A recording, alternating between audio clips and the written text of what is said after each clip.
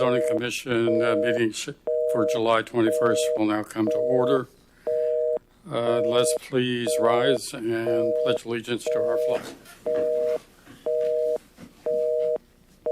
I pledge allegiance to the flag of the United States of America and to the republic for which it stands, one nation, under God, indivisible, with liberty and justice for all.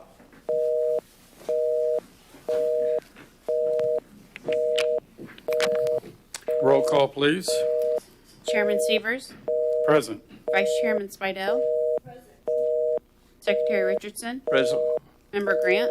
Present. Member Rice. Here. Member Aton. Member Porter. Here. Alternate Member Riley. Here. We certainly have a quorum. The first item of business is approval of the minutes of July 7th, the special and the regular meeting minutes. Do we have any additions or corrections to the minutes? Do we have a motion to approve? I move we approve the minutes of July 7th, 2021, the special and regular minutes. Do we have a second to the motion? Second. We have 2 seconds. All those in favor say yes. Yes. Opposed, no. Minutes are approved. Counselor, would you like to explain the rules of procedure? Yes, sir. All persons who anticipate speaking on any public hearing item must fill out an oath card to be heard on that agenda item and sign the oath contained thereon. These cards are located on the table near the entrance to the council chamber or may be obtained from the recording secretary. This meeting will be conducted in accordance to the procedures adopted in Resolution Number 24-1997. Those speaking in favor of a request will be heard first, those opposed will be heard second, and those who wish to make a public comment on the item will speak third. The applicant may make a brief rebuttal if necessary. A representative from either side, for or against, may cross-examine a witness. Anyone who speaks is considered a witness. If you have photographs, sketches, or documents that you desire for the commission to consider, they must be submitted into evidence and will be retained by the city. Please submit such exhibits to the recording secretary. Thank you. As I see it, we do not have any quasi-judicial items on the agenda as such. One of the things I wanted to indicate, as I did at the last meeting with regard to item number 8A, I abstained, indicated that I was going to do that. You should have received, I believe, the memorandum that I filed. I filed the one dealing with voting conflicts of interest. I have no voting conflict of interest on this item. Will not receive any special benefit or gain or loss from the item. However, I was involved in negotiating on behalf of some citizens that issue and feel and do have comments concerning it, so I don't think it's appropriate. So when that item comes up, alternate Riley, you would be appointed to serve in my absence on that item. I don't see any consent agenda items. So we have a request from staff to move up for new business flood regulation ordinance, item 9C. Is that correct, Mr. Parrish? Do we have a motion to move that item up? So moved. We have a second. Second. All those in favor, please say yes. Yes. Those opposed, no. Okay. So we will start with item 9C. Was there any other items, staff, that you wanted to adjust the agenda on? No, sir. Okay. So staff, go ahead and make your presentation with regard to flood regulation ordinance. So this ordinance is based on policies changes issued by FEMA. Staff is proposing the following amendments to the flood management regulations. This ordinance will adopt the most current flood insurance study for Brevard County, Florida, and incorporated areas dated January 29th, 2021, as adopted by Brevard County. The ordinance proposes to remove definitions of existing manufactured home, park, or subdivision, expansion to an existing manufactured home park or subdivision, and new manufactured home park or subdivision. And third, the ordinance amends the standards for manufactured homes to require that all manufactured homes that are placed, replaced, or substantially improved in flood hazard areas be elevated such that the bottom of the frame as at or above the elevation required in the Florida Building Code. This ordinance has been reviewed by the Florida Division of Emergency Management. I'm going to point you to the ordinance, which starts a couple pages down onto page 300. On that page, that's the title and whereas clauses of this ordinance. The fifth whereas clause, it states that the ordinance is, that the intent here is to satisfy the prerequisites and for the city to maintain the current CRS, that's a community rating system, rating. All manufactured homes installed or replaced in special flood hazard areas must be elevated such that the lowest floor are at or above at least the base flood elevation plus 1 foot, which necessitates modification of the existing requirements in our code. So basically what this is saying is that manufactured homes will have to meet the same standards as any other development in the city. And this is part of a requirement FEMA in order for us to maintain our community rating. You'll see the change on page 301 of your packet in red line there. That date there just establishes that we are adopting FEMA's new maps, firm maps.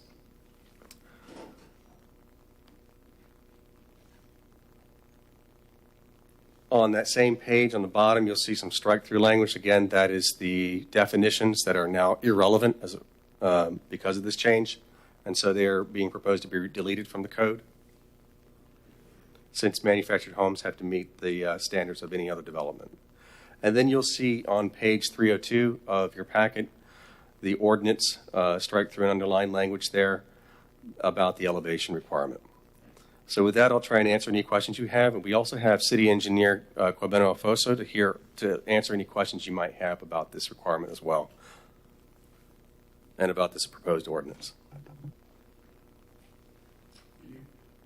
Anyone have any questions? Member Spardell. How does this affect manufactured homes, on wheels, the, what do you call them, recreational vehicles? So mobile homes or recreational vehicles are different. I guess so you're talking about manufactured houses with No, I'm talking about recreational vehicles. recreational vehicles? Yeah. I don't believe that this is relevant to that, no. Okay. Because we have small parks within the city with those. As far as I know, I don't think we have an approved community that has recreational vehicles as a permanent use there, as far as I understand. I know we allow it in our code. Now, I know there are a few examples in some mobile home communities that do have some units, or lots rather, where there's a recreational vehicle on there. And I'm not sure how those... We have some I right think that- downtown. Right, and I don't know how that... Yeah, how would that affect that? I can't say. In fact, maybe KB could probably answer that question. Go ahead. Yeah, those would not be covered under the National Flood Insurance Program. So they don't have to meet the standard? No, this is for manufactured homes Okay. as defined under FEMA's Okay, regulations. so no recreational vehicles, even the lot downtown? No, they're not included in this ordinance. Okay, thank you. Any other questions? Member Richardson. Yes. If it deals with manufactured homes mostly on pages, there are 8 pages or 7 pages of the FEMA letter, and those aren't manufactured home addresses. Okay. So that is part of the new flood maps that we have that we're adopting. Over the years, FEMA has a process whereby property owners may petition that they have some scientific evidence to show that they shouldn't be in the flood in the special flood hazard area. So they can go through the process called the letter of map change. So over the years, there have been multiple, many of them, I see all the way back to 1991. So with the flood map update, the changes through these letters are now incorporated into the maps. So these are not specifically for manufactured homes. These are for any properties that have gone through the FEMA letter of map change process within the city of Titusville. So it's a map change that really doesn't have anything to do with manufactured homes. Correct. The map change is the general flood map. It's not specific to the manufactured homes. Member Grant. What about tiny homes? I'm sorry? What about tiny homes? Small cottages? I believe they will be on a permanent foundation, am I correct? We adopted those to meet the Florida Building Code. Okay, So they would have to meet this requirement. all right. Thank you. Any other questions? Yes, Member Anton.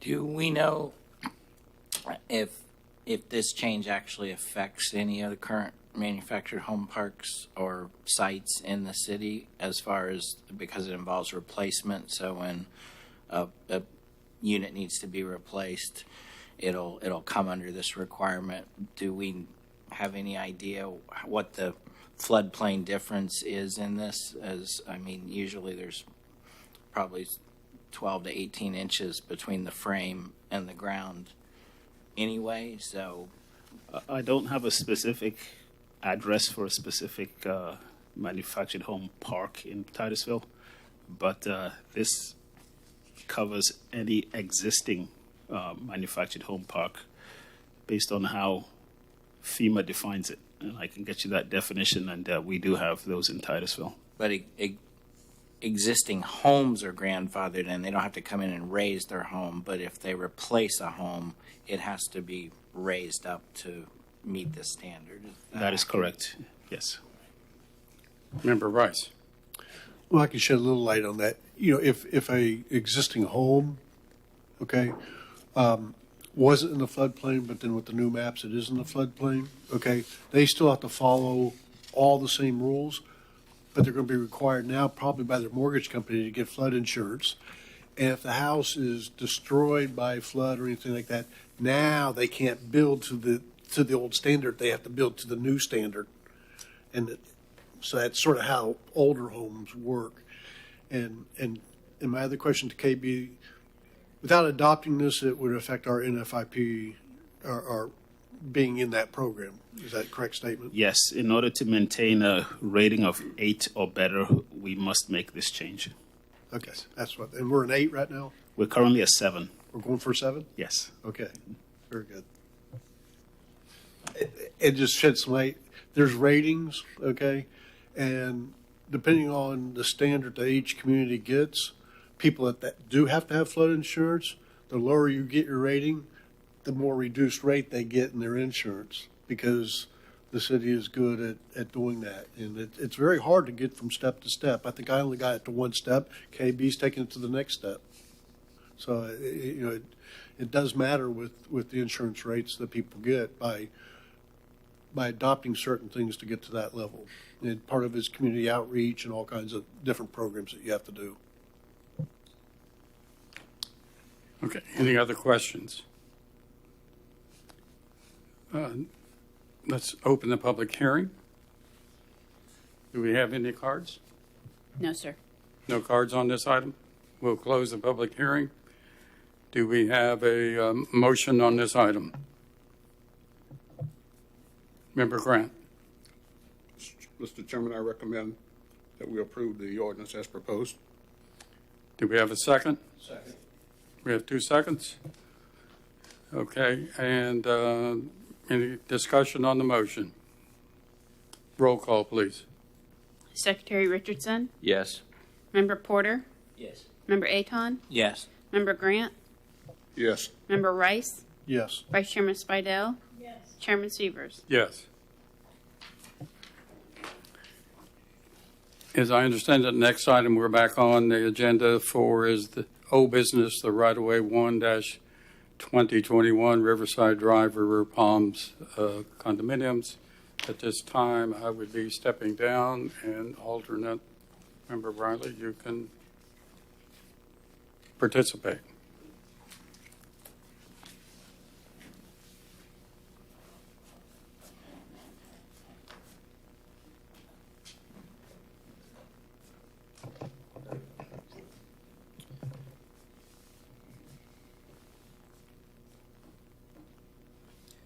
So the item begins on page 26 of the agenda. Give you guys a second.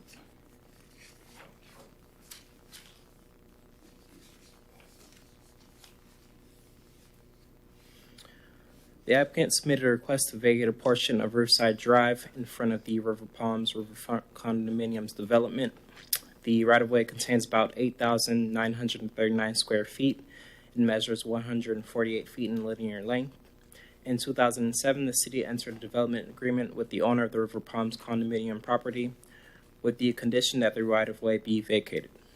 FDOT did not approve the proposed right turn lane and instead approved minor changes to the intersection. Staff does recommend approval of the request to vacate the right-of-way with 2 conditions.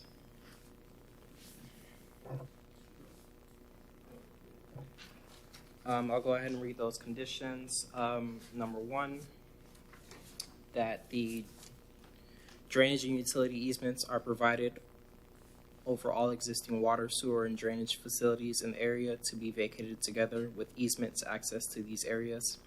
And number 2, in the event that compliance with the conditions set forth is not achieved within 180 days of the date of approval of the vacation, the resolution shall become null and void.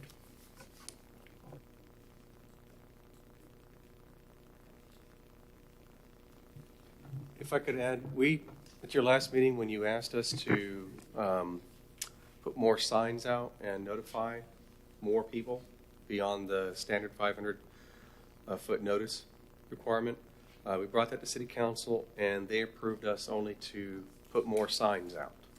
So they tabled their agenda item to August 10th. We put more signs out. Naviel went out there a few days later and put a few additional signs in some areas, including where there's a construction zone entrance where people have to go through. And then this morning, I actually added a few more signs as well, and even noticed some of them were gone for whatever reason. So we tried our best to make sure that this was signed properly, if you will.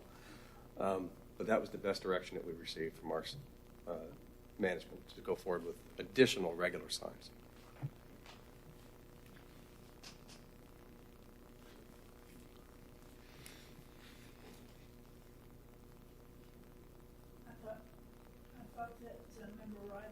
Conducting this part? No, I think you. No. Oh, I am. Yeah. I apologize. Okay. What questions does the council have, please? I have a question. In essence, I call it a deceleration lane is being vacated because the traffic that comes off US 1 that heads down Riverside Drive, in effect, this is a deceleration lane. I know that people that live on Riverside Drive thinking it's an acceleration lane for young people, but I don't see how that can be vacated. And looking at the intersection directly across from Titusville High School, you have to turn right 45 degrees and then left 45 degrees within a few feet. Is that going to be left as it is proposed on this diagram?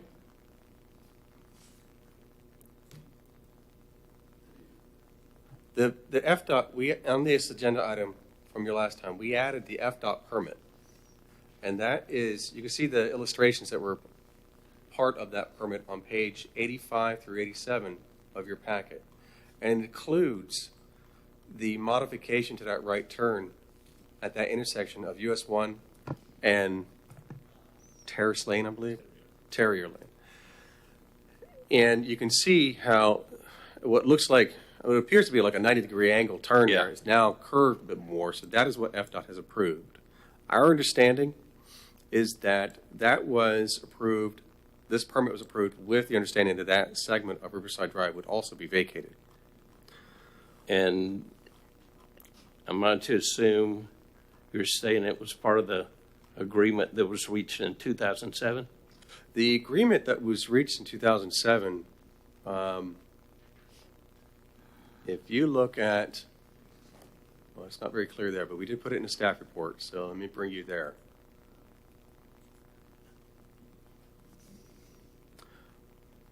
So we added the actual agreement language, the condition, onto page 29 of your packet, which is the second page of the staff report. And you'll see there it says, developer is to close off the direct access from the northbound of US 1 travel lane to Riverside Drive and install a right turn lane located at the traffic signal at the Titusville High School entrance per FDOT standards. Further says that the provision is subject to FDOT approval.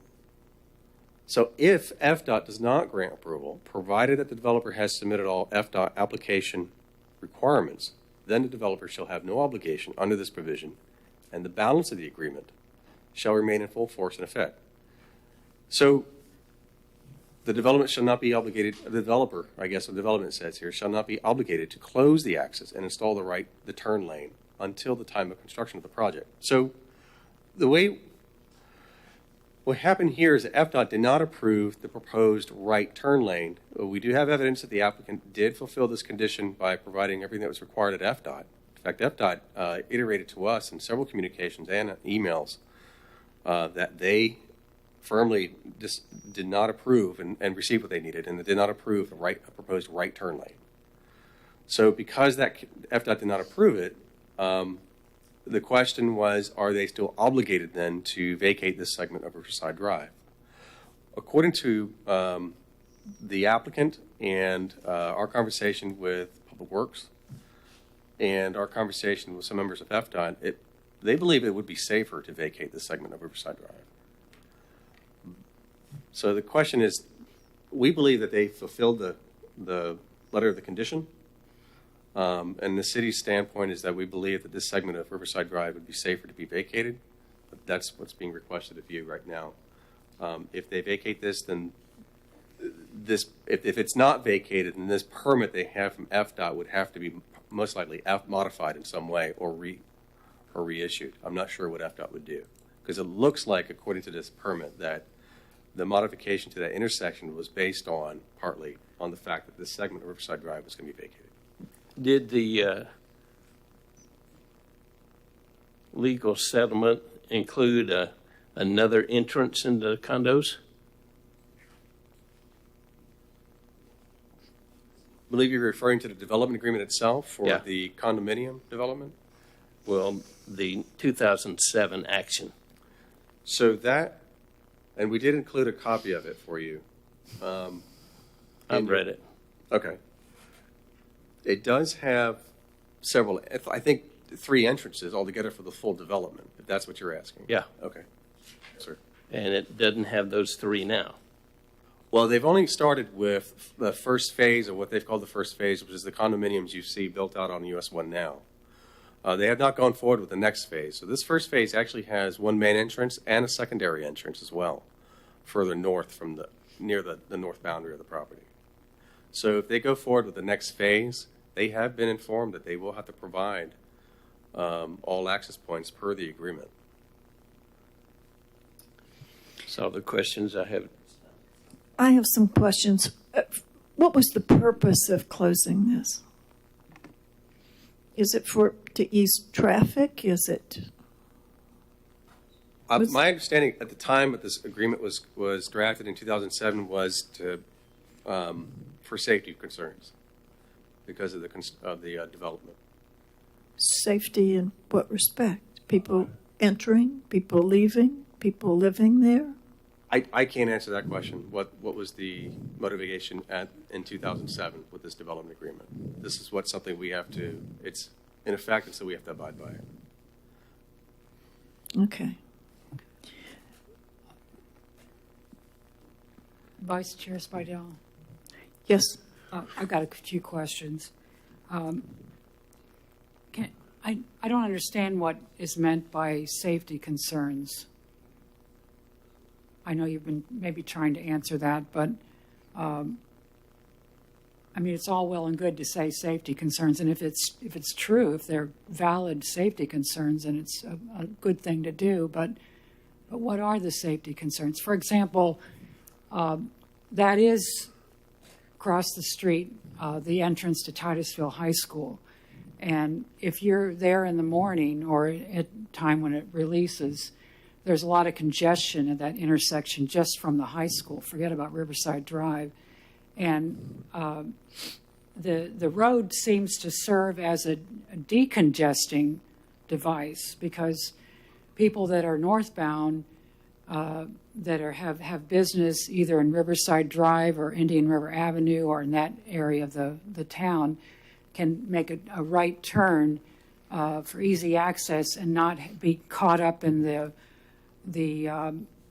traffic fiasco of trying to get into Titusville High School. In fact, I think they even have police officers that patrol that area because sometimes the high school kids try to turn onto Riverside Drive to make a quick turn onto the high school. But I don't understand the safety concerns. Could you possibly, or maybe the engineer could explain that?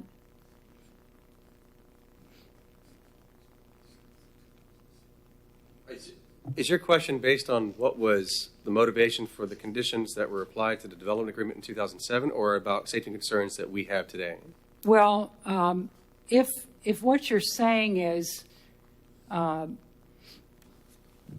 you can back out of this agreement because FDOT hasn't given its approval to the right turn lane, then I really want to know, well, what are the safety concerns that they say that there are for vacating the right of way?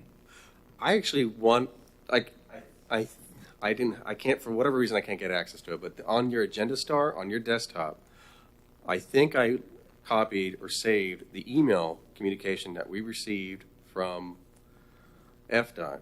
And what I recall reading in there was that they didn't see and I think what you're asking about is why didn't they approve a right turn lane, because that seems more safe, is because it didn't warrant it. It didn't meet their requirements. In fact, they didn't see it from their standpoint as a safety improvement. But I can't speak for themselves. But I'd like to see if we can provide that email communication, because it did lay out their thoughts on this.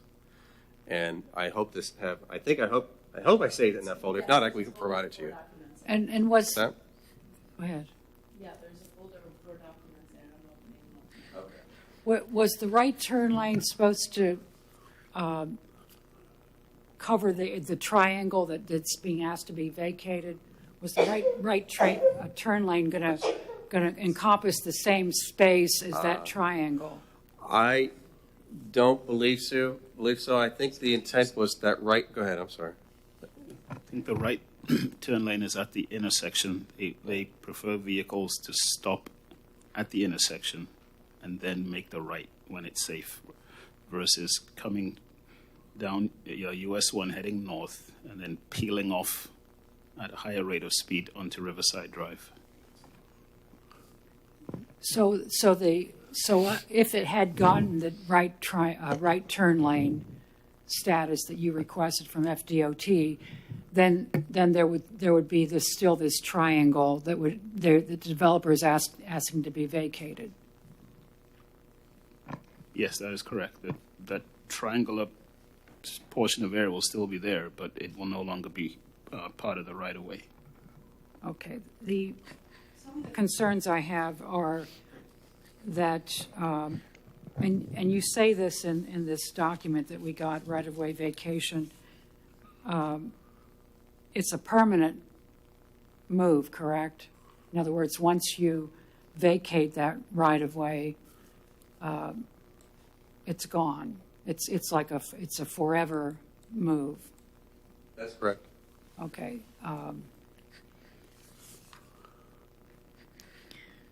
I can direct you to Agenda Star to get the FDOT answer Okay. There's a folder on your desktop. If you minimize the agenda packet document, you'll see a yellow star on the screen. Once you get to agenda star, there's a folder that's called FDOT. And there's 4 documents. One is called FDOT email. Are y'all following me? I've Yes. already looked at it. Yes. Who needs help? Okay. If you go to the bottom of page 3 and then continuing on to page 4, they provide the department's reasons for not granting approval. You have to minimize the document. I do that.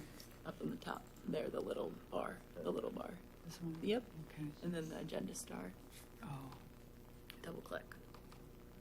And then right away FDOT. And then the FDOT email document. Double click.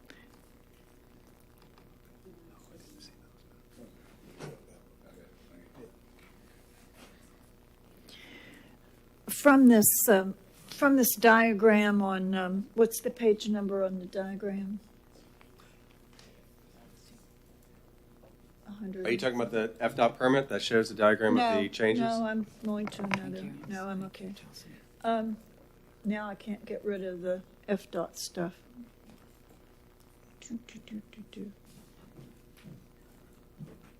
I've got it. Okay.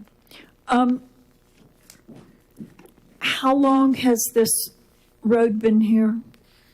Since the 1920s or something? Yeah, it's been there for a very long time. Yes, ma'am. I'm still not sure of the objective here at all. Vice Chair, I do want to remind you to open up the public hearing and get any cards in. I'll do that, but I do have a question. What kind of barrier will be put there? If the road is vacated and that triangular segment is vacated, what typically will happen is that piece of right-of-way will go towards the nearest piece of property that's part of that plat. In this case, it most likely will go to the River Palms development. So it will be their property.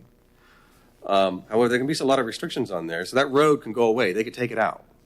Or just put grass on there in that area. So, but there are going to be a lot of restrictions there if they do that, because some of the conditions that we've proposed is that they provide to us several easements, because there are a lot of utilities in that area. Does that answer your question? Yes, it does, I think. Yeah. Hey, can I speak? Yes, you can. Okay. Mr. Rice. I have a couple of questions. KB, did you review this pretty extensively? I reviewed the traffic study. Okay. Yes. I think something that y'all should know that KB is a pretty modest guy. He's a PhD in traffic engineering. And if KB looked at this and says, there's no issue here, I think he's a pretty qualified individual. Is that true, KB? That's correct. Have you hired Mr. Rice? No. Sounds like it. It's the modest part. You have a doctorate in traffic. I'm impressed. Thank you. Okay, thank you. And why did you approve it, sir? You saw no negatives to this at all?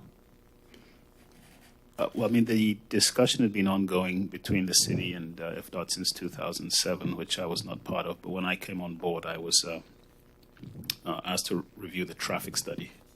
So, yes, I reviewed that in detail. And there were some comments back and forth between myself and the traffic engineer for the project. And at this point, we are satisfied with the contents of the traffic study.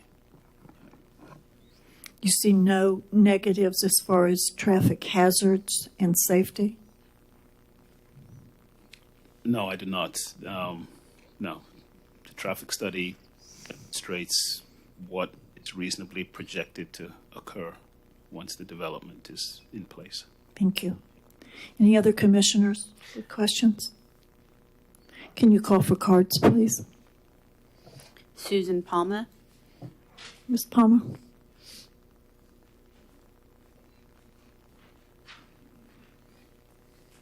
Good evening. I'm Susan Podman. I live at 1118 Riverside Drive, and hey, Kathy. First of all, I'm not really sure why I'm here. Supposed to be at poker, but you know. I first want to thank you for getting the City Council to perk up and listen and at least pause on this. I'm late in the game. I'm trying to understand the government process, and I have probably more questions and the same concerns that a lot of people have. I'm losing my train of thought. My concerns are about the safety of the intersection. I've had 2 boys in high school that got hit and a neighbor who got hit a few months ago in that intersection. I go out those intersections several times daily to work. Going out Grace or Riverside Drive, there's cars going up and down US 1, and they run the lights at least once a week. I'm a very timid person going out on the US 1, and I'm not generally a timid person. So there are safety concerns. But blowing this whole picture out, and I'm glad we have Mr. KB, is it? It's not my industry, not my strength, but in looking at the traffic studies, I don't see anything done for the neighborhood that this is being attached to. Riverside Drive, Indian River Drive, blowing this out to planning and development, was any planning taking into account the neighborhood in which this complex sits? I am not against vacating the road. I'm not against this complex. It'll probably improve my property value. I am concerned about the safety of our neighborhood. I saw studies on US 1 and Hopkins, Royal Oak, Terrier Trail, but I didn't see anything on Riverside Drive or Indian River. Now, and as I pointed out to the City Council, y'all market Riverside Drive as a destination in Titusville, in the talking points and in a tours app, a walking and a riding historic drive. We who live there have been investing for years, but I don't see where we're getting much attention on the safety end for many, many years. And now you're adding 100 residences at the bottom of the road. And to me, the traffic study said, yeah, it has nothing to do with Riverside Drive. Well, I beg to differ. I mean, I live there. I have to be very careful when I back out of my driveway with people, babies, dogs, cars, scooters, and people speeding along our roads. So blowing out the planning and development portion of this, has our neighbor been taken into concern at all? Even the notice was, and thank you for putting the signs out, I saw them now. Going through those intersections daily, I never saw the signs until this week. Thank you so much. Next card, please. Dwight Severs. Mr. Severs.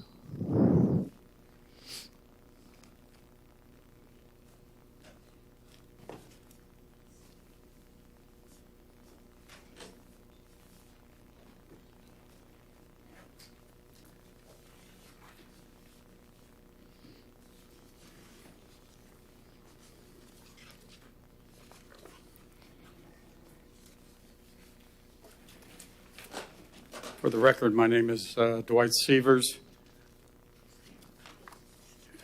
I assume the applicant is not here. Is that correct? Yeah, it just seems basically if the applicant's not interested enough to show up to the meeting, you should deny the application. I have to say that a couple of things that concern me. I made a request for a copy of where the FDOT denied the right turn lane, and I didn't receive that. Any response? What I got in turn was the driveway permit that's in your agenda packet. That's all I got. In addition, I think I need to correct what's been stated, and I'll try to go through this if you give me the time to do it. But with regard to the number of entrances currently, there's only one. Mandy's response to me, which is item number 13, you'll see in the packet, says, as you will recall, she apologized for not sending me some of the materials earlier. There is a note that states that the gate will be siren activated we have confirmed that the fire marshal that this will only allow emergency vehicles to exit. The north entrance, as staff referred to, is not an entrance. It's emergency exit. That's all it is. So there are not two entrances to this project. I'm here speaking on behalf of Attorney John Evans, his wife Barbara, my wife, and others who have grave concerns about the development agreement that we all negotiated, agreed to, and expect to be honored. As you can see from the first item, this is a 1925 plat. The agreement provided on page 62 of your agenda packet. There's supposed to be minimum living areas in these units ranging from 1,200 square feet to 4,000 square feet. In checking with the building official, they range from 1,201 to 1,747. That's a far cry from 4,000. This construction was supposed to be in accordance with the concept plan. In addition, as on page 3, you're supposed to follow the rules in effect in 2007, not any current rules. Numerous variances had to be granted for this to even exist. For example, on Riverside Drive, you can only have a building 35 feet in height, 6 units per acre. The effective, as stated in paragraph 2, there's 24.75 units per acre. It's a 57-foot building. Do you need an extension, Mr. Severs? I move we give Mr. Severs, how much time do you need? I'd just like to go through these pages, if I could. 3 minutes? 5 I'll minutes? try. I move that Mr. Severs receive 3 more minutes. Oh, Well, you excuse me. can't make the I can't do it. motion. I move that Mr. Severs have 3 additional minutes. Roll call. Member Grant, Yes. Member Riley, Yes. Barry Richardson, Yes. Vice Chairman Spidell, Yes. Member Rice, Yes. Member Porter, Yes. Member Aton. Yes. On page 6 of the documents I gave you, which is page 75 of your agenda, is the exhibit attached. As you can clearly see, there were supposed to be 3 buildings there. There are 2, which is significant in following the concept plan. In addition, clearly there's supposed to be this southerly road, which Mr. Evans, myself, Mr. Ron Norris, and others were involved in negotiating this agreement. Page 7 is just putting this in sequence, and you can see where the 3rd entrance is supposed to be. It's supposed to go in there. It's required as a part of this project. I raised these issues in July and August of 2019. And one of the primary purposes of having this additional interest was for traffic safety reasons at the intersection. So you have some of the people that going to River Palms would enter in that location for their own safety. It seems to me people have forgotten US 1 in this location, you make the right-hand turn, it's 45 miles an hour. On US 1, not during school time, in and out. I know a number of people have gotten injured at this location. And if you put another 100 units, there are about 50 units on Riverside Drive. Just think of the impact. This was negotiated where they agreed to do the right turn lane. I haven't seen any evidence. They submitted a completed application, and it was denied. You don't have any evidence of that. Page 8, if you look at it, you can see what their real agenda is. They put all the units, 100 units. They didn't put in the right turn lane, and as you can see, they plan on future development, the next track. The reason why that road was important on that, in 2007, it was important to the citizens. They had a view of the river. This ensured there would be a view of the river because what was on there was a road and a retention pond. What's going to happen, which is rather obvious, this request will change. Well, we're not going to go by the agreement. We want to build houses there, destroying the whole purpose of this agreement. Finally, I will jump ahead to what I respectfully request that you do, which is on the last page. I recommend you approve the vacation of the right-of-way conditioned upon the southerly entrance. They agreed to. They agreed to this, that they do it. Or alternatively, build a right turn lane. And if they won't do that, I would respectfully suggest you don't meet the criteria of vacating a right-of-way. How in the world is this request does not serve any apparent public purpose when it's been a road since 1925? Thank you, Mr. Severs. Any additional cards? Be happy to answer any questions you have any. What questions do you have for Mr. Severs? Thank you. Do we call the motion? You can ask the group if there's any further discussion on the item or a What motion. further discussion does any commissioner have or question? Is the public hearing closed? Close the public hearing. Any additional questions? I have some. Go ahead, sir. To staff. The northern entrance, is it just an emergency? Or is a Knox device being applied so if the gates are closed at night, there's no access? Or is it permanently closed except for emergency vehicles? As far as I understand, it's for emergency vehicles. Only? As far as I understand, but I can't answer the question about whether a Knox box is on there. I imagine it probably is. Okay. I'd have to get back to you on that one. But that is standard. I believe that is standard with most new developments we've been. You said this was being phased. Okay. Have you seen the second phase? They have not proposed to us a concept for phase 2. Mr. Severs provided an exhibit here on page 8. Right. I don't know what that is.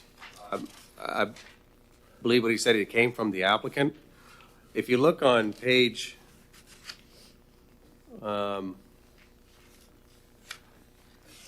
75 of your packet. 75, you said? Yes, sir. Okay. There is an exhibit that is attached to the 2007 development agreement, and it shows on the top of the page there, you'll see the first phase, which was according to the agreement, was going to have 3 buildings, but now they've only put 2. And then the second phase, which is on the bottom part of this page here, on page 75, you'll see the next part of the property for the south. And it looks like there's a proposed retention there. And then there's another development to the further south there. So that would be inconsistent with this exhibit or page 8 that Mr. Severs provided to us. I'm not sure where this came from. On the same page, on page 75, Yes, sir. when I try to blow it up to see what the writing says, the PDF doesn't allow me to do that. And I want to see what the developer's agreement said at the north driveway. There's writing there, and I just can't read it. Can you confirm that it says emergency only? I can see if I can find that for you, and if you want to give me a few minutes. Okay. And then can staff explain why there's only 2 buildings instead of 3? I can't answer that question. If I don't have an answer for that one. Okay. Do you know if it's the same number of units in the 2 versus the 3? Again, you would have to give me a few minutes to see if I can verify that. And I know that stuff is not in front of us tonight. The only thing really that's in front of us tonight is a vacation, okay? And I don't want to get too far down in the weeds. And where I'm trying to drive at, I'm trying to understand number of units that are being built versus the number of units that were in the agreement is at the same level, okay? The developer's agreement, I think, does show 3 entrances, okay? I don't know that northern one, very likely in the developer's agreement said emergency vehicles only. That's what I suspect, but I can't read it and verify that, okay? It does say proposed gate. So It does say gate, but I can't read what else it says, okay? Is that a change from the developer's agreement of what's being proposed, okay? And where I'm driving is if I can get some answers to that, I don't think it's unreasonable to request that the vacation is dependent on the third, that as the developer's agreement said, that extra driveway.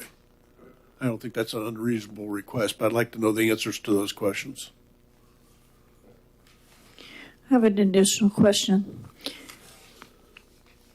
To the north of this development are are they townhomes or condos, or what do you call the 2-story buildings that are right to the north on Riverside Drive? It's some type of multifamily. I think are they duplexes or? Okay, well let's do this scenario. There's an emergency in that group of homes, or on the left side of that road, there's also a condominium, correct? Multi-story condominium, correct? There's an emergency vehicle that's needed in one of those. Where does that emergency vehicle have access?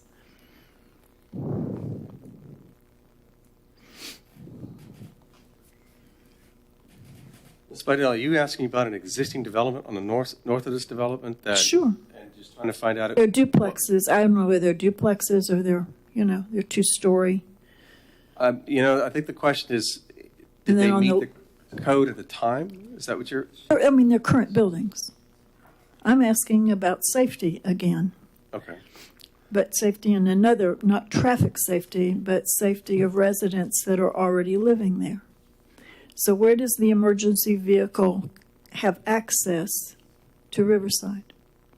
How does it come in?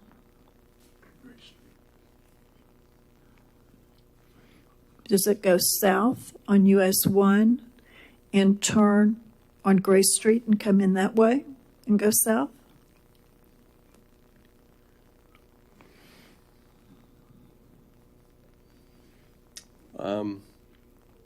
I can't answer that question. If you want to give us a few minutes, I'll see what we say. But I'm not sure I'll be able to answer the question, to be honest. It sounds like you're asking about what is the access management for an existing development that might have been approved or developed.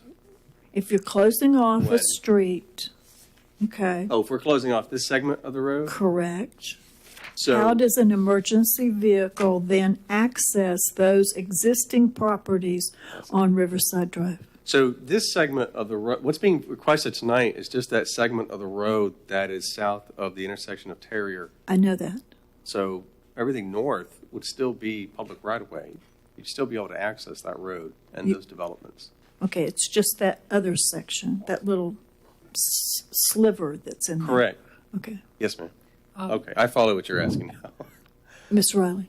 I'm a little confused when I'm trying to put together what you said, Mr. Parrish, and also what Mr. Sievers said. Is the argument between the developer having to fund the building of the right turn lane versus FDOT, or is FDOT just giving approval for the developer to do it?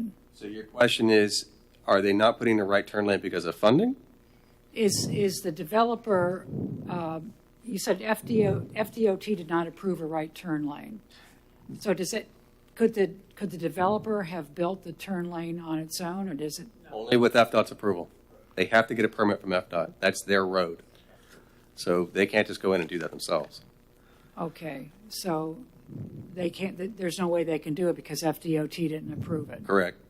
no matter how much they want to pay money for it. Right. If you look in that email that I mentioned earlier, on page 3, and bottom of page 3 and top of page 4 of that email that I was referring to, they lay out their rationale and they refer to specific guidelines or documents that FDOT uses to justify whether they're going to approve or not approve. And so they basically said what I read here was that they see that there would be 37 projected peak hour right turns on there. And correct me if I'm wrong, KB, but that didn't sound like, from what I'm reading here, that they saw that as justification for a dedicated right turn lane. Did not see it? Correct. Were they anticipating the traffic after the 100 condos are built? I believe that projection, what I'm reading here, is based on that traffic study. So they're including in it the Yes, idea ma'am. that there would be 100 units. Yes, ma'am. Even despite that, there'd only be 37 people turning right. According to the traffic study and the projections. What, each hour, each day, or? It says peak hour. So peak hour is typically between 4 and 6 p.m. That's generally what the standard they use. Sometimes they might use a.m., which peak hour, which is between 7 and 9 a.m. But they need more people turning right to do that? From what I'm reading in the email here, it looks like it's not enough to justify a dedicated right turn lane. Okay. Just as a matter of discussion, after hearing what Mr. Sievers has said, it just seems there's a lot of unanswered questions here. Mm-hmm. I'm a little very, very uneasy about everything. By peak hours also, do they consider school openings and closing hours? Yes, the school opening hour does typically coincide with your AM peak hour. I'm sorry, AM peak hour. However, the school closing time occurs between 3 to 4 typically, and that does not coincide with your general peak hour, which is between any hour between 4 to 5 or 5 to 6. Right. Yeah. But do you know the number of cars in the front parking lot, in the east parking lot at Titusville High School? I do not have that number. Hundreds. Additional questions from? I've had my lot on for a significant amount of time. Page 9, the 2019 permit that is in the handout Mr. Sievers handed us clearly shows that intersection coming from US 1 being a 45-degree angle to the right and then a 45-degree angle approximately. I'm an HR person. I'm not an engineer. On to Riverside Drive. If you remember years ago when Howard Johnson's was on this piece of property, they had in the piece of the lane that we're vacating now, gave them access from South US 1 into this piece of property. Now, I do not understand if I'm traveling north on US 1 and somebody slows down and to attempt to turn right on the Riverside Drive, you're backing up the traffic on US 1 heading north. And in fact, if you had a van or truck of any significant size, making that turn looks impossible if you're trying to get out on that same piece of road. I don't see any way that this is adding any safety. In fact, I think it's making it worse. And there's no way I'm going to vote for this, vacating this strip of land until the developer comes back with an alternate proposal. Because I'm thinking of the accidents that may happen at this intersection, and there's such a small number of feet you're forced to either turn left on Riverside Drive, or the entrance, if it's a gated entrance, you're going to back up traffic. on US 1. If 100 people have to get in this development and they're in a gated community, you're backing that traffic all the way to US 1.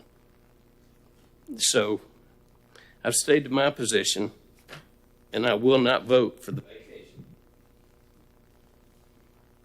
Additional, I don't have the control, so Okay. anybody else have a comment? Yes, sir, Mr. Royce. Well, the issue really is that what DOT requires what they call warrants, and they go through a whole list of criteria when you want to put a new traffic light in or you want to put a new turn lane in, whether it's left or right.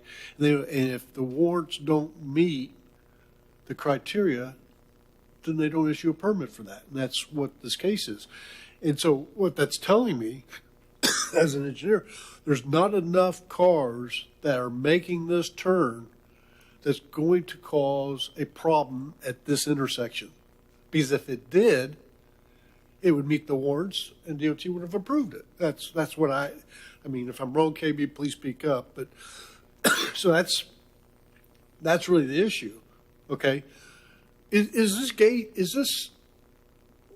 gate at Terrier Boulevard there, is that gated too? Is that entrance gated too? Going into the community? On Terrier, no, me. that's not gated. I didn't think so. No. It's only the one down there. I think the reason why they put it there in the developer's agreement, why it might be there, is to keep people from going out the north and going down Riverside Drive, and they want them to come to this intersection. Okay? So it was a way to steer the traffic away from going down Riverside Drive, because that gate is closed, and it's only there for emergency vehicles, and getting them out to the intersection.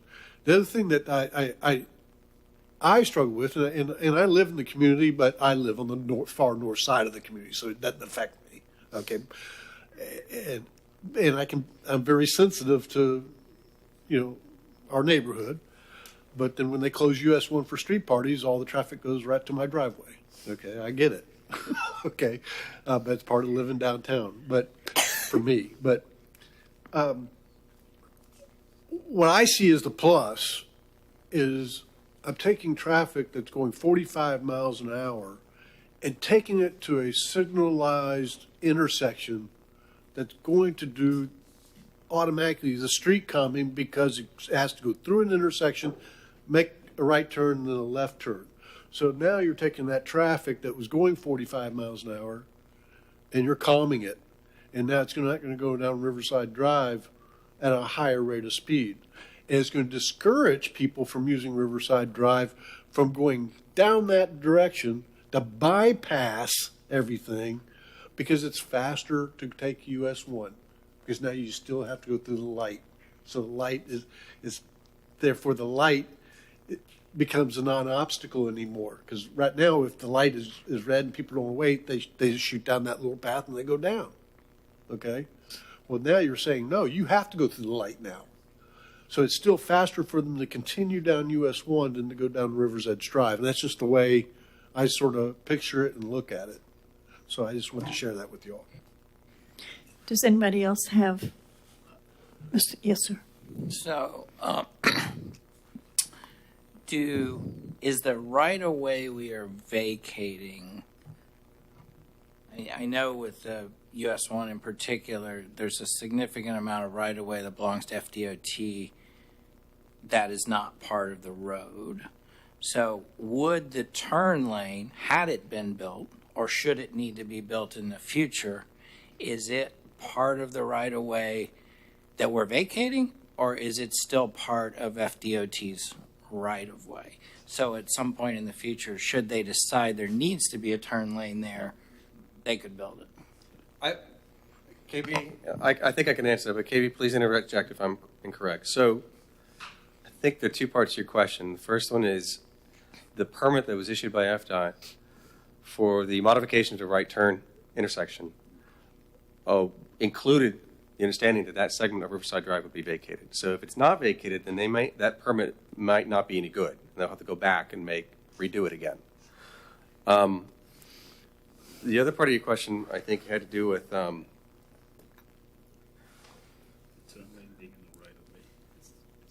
I mean, my Yeah, that- understanding is there's like, from the center of the roadway on a federal highway, it's like 50 feet or something like that. But the roadway is only 25 of that, and there's another chunk that extends into the grass, basically, or beyond the curb. Are you talking about the intersection or the segment that we're trying to vacate? The segment that we're trying to vacate, but the 50, or I don't know how long turn lanes are, but 50 or 100 feet before the intersection, going from south to north, should they decide down the road, FDOT, decide that there needs to be a turn lane there, would that turn lane, would they still own that part of property where the turn lane would go? Or would they have to come back to the development and do some kind of agreement to get that, to put a turn lane there? I would refer you to the aerial. There's an aerial we included in your packet. I might give you some understanding of what we're talking about here, what you're asking, and that's on page 34 of your packet. Now, the boundaries that we have outlined on there are not totally accurate. It's not the scale, it's not surveyed, but it just gives you an illustration. So that orange boundary, that triangle, is the public right-of-way that is owned by Titusville. So it includes the road and then what is not approved, which is that grass area, the wedge, this triangle. So FDOT, their boundary is west of that. If we had I think we had a better survey of what FDOT's boundaries were, we'd probably see that they probably encroach a little bit further in there. And so I don't know if there's enough room for them to put in a right turn lane in their own right of way. They might do it if they see a need for it. Otherwise, it would come to the city to try and ask for that piece of property to do that. Which we don't own anymore if we vacate the road. If we vacate this would go to the property owner. But they would probably go to the property owner to get that piece too later on if they had to do that. So. Did I answer that correctly? Okay. Any additional comments? Yes. Yes, sir. Just consider you're dumping 100 more units of traffic. And if the exit and entrance to the north is locked and only for emergency traffic, then I would assume that the intersection we're talking about will be a gated community if they're going to lock that other entrance. That only makes sense to me. Is that a question for us, sir? Or? No, it's just okay. Any additional members? Yes. So would the addition of a gate, wouldn't that have to be part of the permit? I mean, I'm just thinking like Harbor Point, there's a significant queue there for people to line up, punch in their code and all that. Looking at this, it doesn't seem like there's the depth there necessary that if 3 people are trying to get through the gate, they could get in. So I would think that would be part of the overall building permit, that it would have to be permitted to have a gate at that main entrance. Are you suggesting a gate at the entrance of the development? Yeah, that's what okay. I think you were talking about. I remember is that my understanding is that's that's not gated, and they can't go back and just add a gate there because there's just not enough depth there to queue up cars to get through a gate. And secondly, why is the northern entrance limited to just emergency vehicles?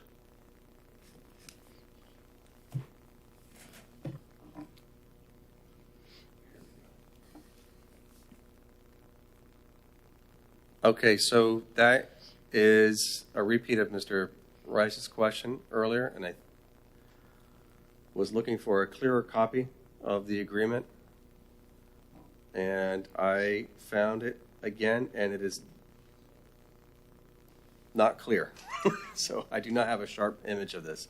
I found the council agenda packet from 2007, and I see what's attached here, and it says, it does say proposed gate, and what looks like to me says emergency access only. And that's on the agreement, the packet that was submitted to council in 2007.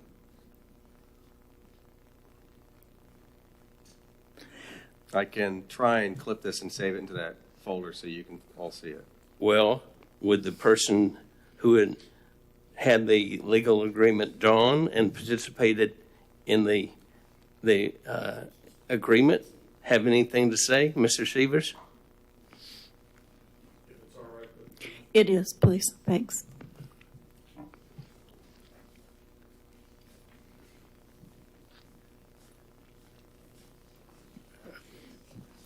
Yes, clearly from day one, that was supposed to be for emergency vehicles only. And if you simply look at Mandy's response to me, I had questioned that in 2019, and she apologized because she didn't first get the updated website to send it to me earlier, and clearly she indicated it was just emergency exit only for basically the horn on the fire truck or emergency vehicle. I mean, you've asked lots of questions. I could answer 90% of your questions, but maybe that's not appropriate. Okay. I mean, I know the. Does any intent of commissioner have another question for Mr. Severs? So I know what went on at that time. Mr. Royce, do you have another question for Mr. Severs while he's here? No? Clarifying that the owner is still fearful of hurricanes and is vacating in Michigan. Am I correct? We asked why the owner was not present 2 weeks ago. So we had several questions or conversations with the applicant and encouraged them to come to these meetings. But he's fearful of hurricanes and still vacationing in Michigan. I think, I'm not sure where they are, ma'am, so I can't answer for them. Okay, thank you. Real quick. Is it time to call the question? Well, can I? Yes, sir. ask? Is this time sensitive by any means? No, sir. Okay. I'm going to make a motion to table it until we get the answers that we asked for tonight. Mr. That's my Rice, motion. I do have the answer. Table to the next meeting. To your questions from earlier. To all the questions that we've had that were raised that we could not read or see the document. Some of these PDFs really need to be clearer, especially the one that is the drawing. It's difficult to manipulate that on the screen. We have a motion to table this. Do we have a second? Second. Roll call, please. Member Grant? Yes. Member Riley? Yes. Secretary Richardson? Yes. Vice Chairman Spidell? Yes. Member Rice? Yes. Member Porter? Yes. Member Aton? Yes. Thank you.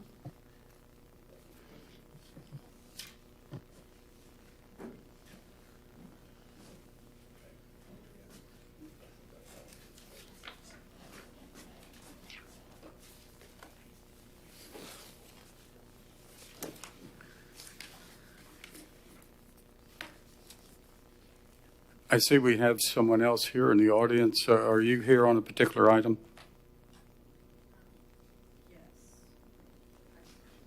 I want to make sure we accommodate the public. 9B. Pardon? You're here on 9B? 9B? Okay. And we have a card on 9D also. 9D? Okay. Do we have any objection from anyone if we move to 9B and then 9D? So moved. So moved. We have a second? Second. All those in favor say yes. Yes. Opposed, no. Okay. Turning to 9B, Amendment to Tranquility Developers Agreement.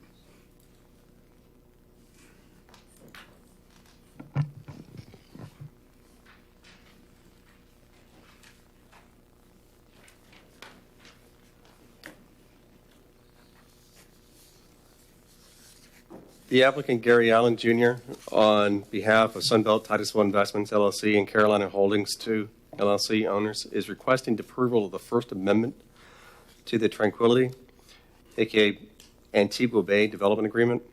The agreement was approved in 2017 to allow mixed-use development with 2,400 plus residential units, approximately 33 acres of commercial uses, and 100 acres of open space and recreation areas. The property is designated with a regional mixed-use zoning district and regional mixed-use land use and conservation future land use, and is zoned regional mixed use and open space recreation.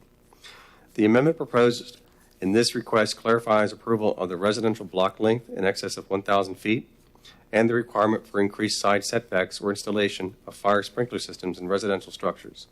It provides additional time for the owner to complete an initial assessment of a site for a future fire station and eliminates the requirement to clear a nature trail prior to construction of the trail. The timing of the construction of the trail, of the nature trail, is not being modified. There's a staff report on page 227. 228 of your packet.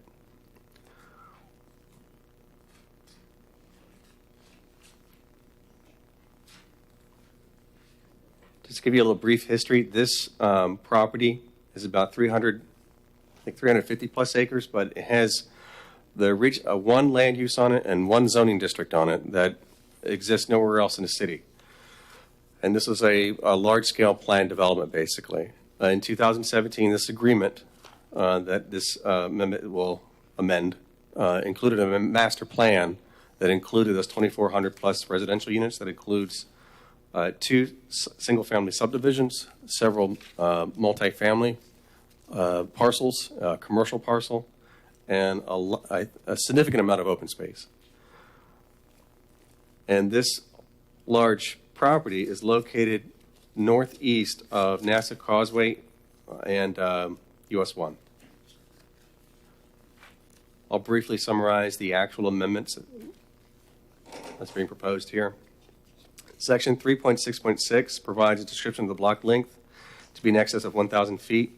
The code allows this to be exceeded just with city approval, and that's what this amendment memorializes in a different way than what the current agreement does. Section 3.6.8.1, paragraph B of the agreement relocates requirements for construction of a walking trail, nature trail, to another section, specifically 5.6 of the same agreement. It clarifies the requirement for increased size.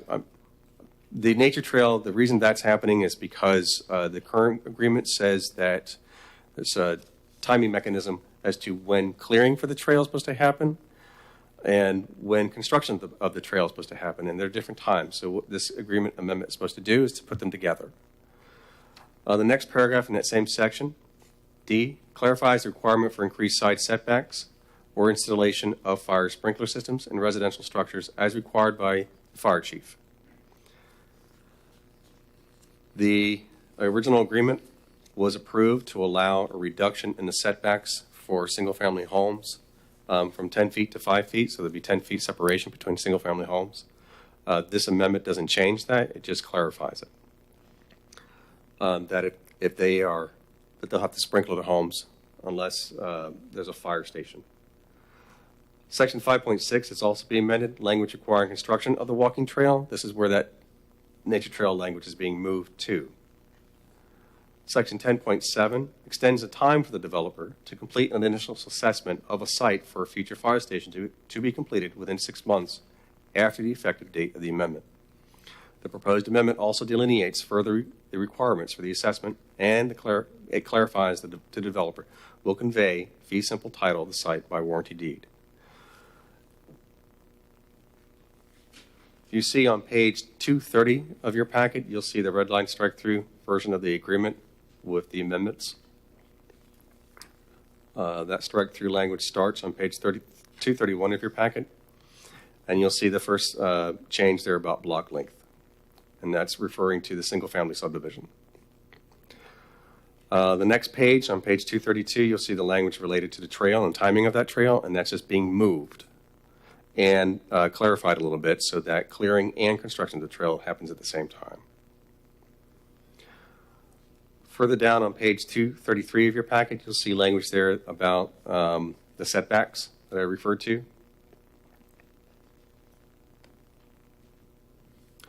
And then on page 234 of your packet, you'll see where the nature trail language was moved to.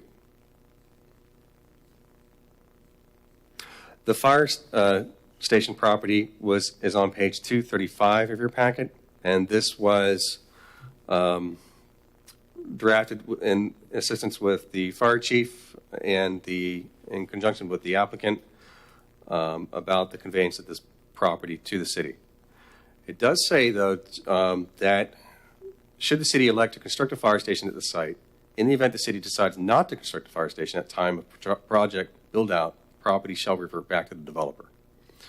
So again, it also says that within 6 months of the effective date, this amendment, the developer agrees to complete an initial assessment of the site, and it specifies exactly what that assessment would be, what they need to provide to us.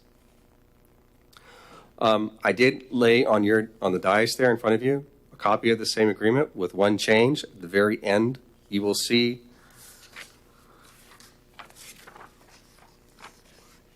I think it's on page 7 of the handout I gave you, the version of this agreement I gave you.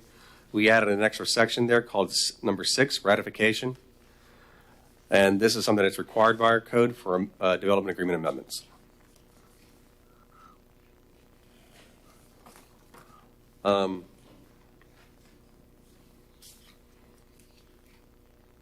The master plan, you can find that on page 266 or 278 of your packet. There's a smaller version of it on page 266, and there's a very large, more detailed version of it on page 278. With that, I'll try and answer any questions you have about this amendment, and the applicants are here also to answer any questions you have. Any questions for staff?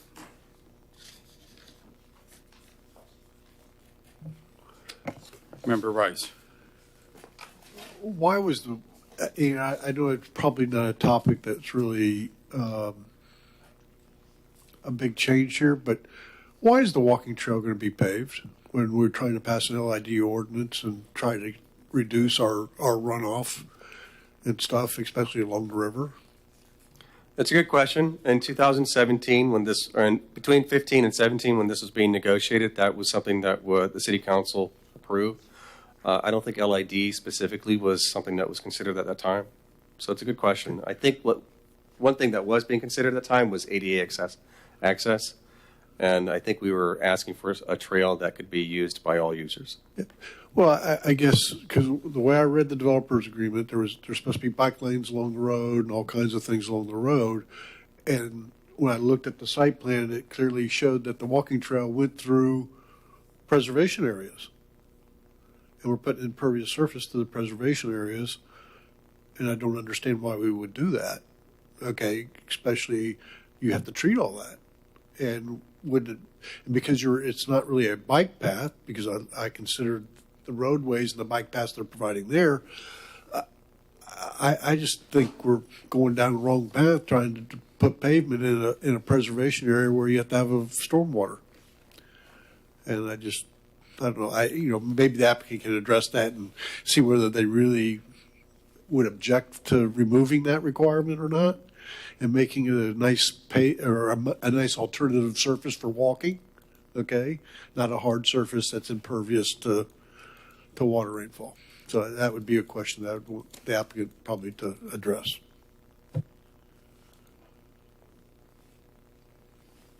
Any other questions for staff? Not seeing any, want to call the cards, please? Public hearing? I actually don't have a card. Yeah, if somebody, I guess, if they have any questions for the developer. Yeah, but we have a question.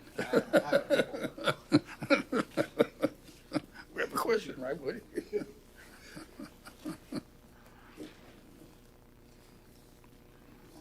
I'm Gary Allen Jr. I'm representing the developer. Did you all propose that being a paved walk path? Is that something you all wanted, or is that something that was I don't just? believe so. Okay. I think that was something that was required. Okay. Do you think? Would you object if we struck that requirement and didn't? I think it being throughout the development agreement and not part of this amendment, I don't know that that we would necessarily have a problem with that, but also we haven't considered that at all. We're expecting, I guess, to address that. Okay, because I just would rather see an alternative, and I don't want to hold up this developer's agreement for that, but I don't want to, the minute you put something in a developer's agreement that says it shall be paved, it's going to get paved. Sure. And that's all I'm saying is it may end up being paved, but I think we need to allow some flexibility in the developer's agreement to do, paved or alternative surface. Okay, that way we're giving the option and hopefully encourage y'all to do something other than something that requires stormwater and runoff, and especially through a conservation area. Sure. Okay. My next question for you is, because of the language with the parcel for the fire station, it says it reverts back at build out. What's anticipated build out? Do you know? That it reverts back if it's not built. If the fire station is not built by the time you do build out, it reverts back to you all. So I want to know For this, what's the projected. I think it's hard to say, but with a project of this size, I would expect that it's 15, 20 years Okay. before you could realistically sell through 2,400 units. We'd like to do it faster, but I think that that's not anticipating any slowdown. That's if you could sell straight through with no hiccups. Staff, did the fire chief look at that and had any problems with the reversion clause or anything? No, sir. They were involved in this review, though, in this language. So they had many discussions with us about this language here. They didn't have any objections to it. Okay. Member Richardson. Did you have anything else? Just a comment. Anything else?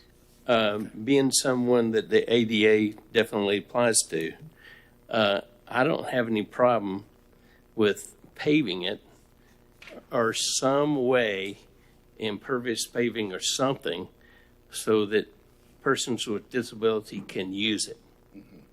As long as it's usable for ADA requirements, I don't have any problem if it's concrete or pavement or anything. Sure. Yeah, I think that Brad that predates my involvement in the project, so exactly how that came to be, I can't speak to. But I think we're open to talking about a reasonable solution.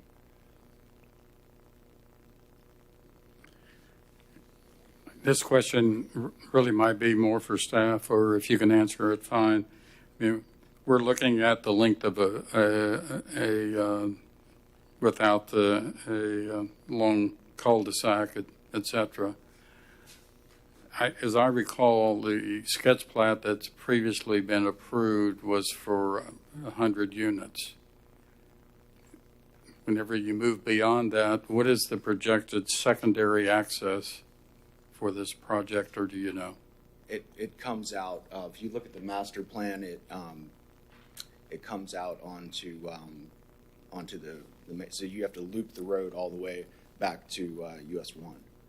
All the way to US 1? That's correct. Okay. I know where that is. Okay. Thank you. Any other questions? Thank you, sir. Thank you.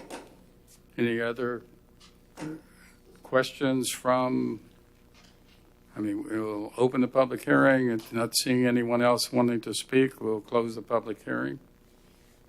Any other questions for staff? Do we have a motion on the item? Move to recommend approval of amendment to Tranquility Development Agreement. I assume that's what DA stands for. We have a second. Second. Any discussion on the motion? Well, the only discussion I would have is that it would be nice to have something in the agreement. I don't want to hold up the agreement for that, but to have it where we look at alternative surfaces for the walking trail. Is that a condition, or you will make it a No, condition? I don't want to make it a condition. I just want staff to consider it, and Well, I guess staff can't consider it. So it could be part of your motion. I mean, if that's what the commission requests, that we look at alternative surfaces as long as they meet ADA All right, requirements. then I'll make a friendly amendment that we advise council to change the walking path to allow alternative surfaces. As long as it meets ADA requirements. Is that correct? You accept that? I can accept that. Okay. Is the, It doesn't preclude from it being paved if that's the way it has to work out, but Right. it opens the door to alternative surfaces.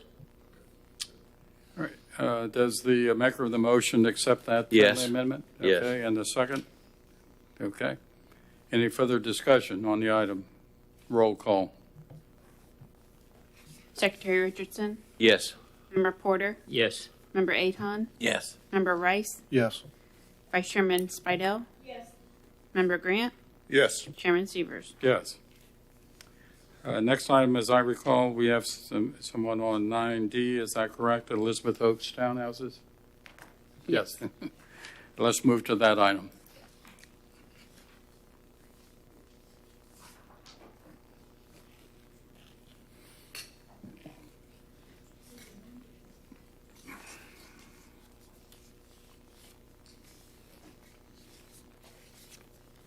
So this item begins on page 313 of the agenda.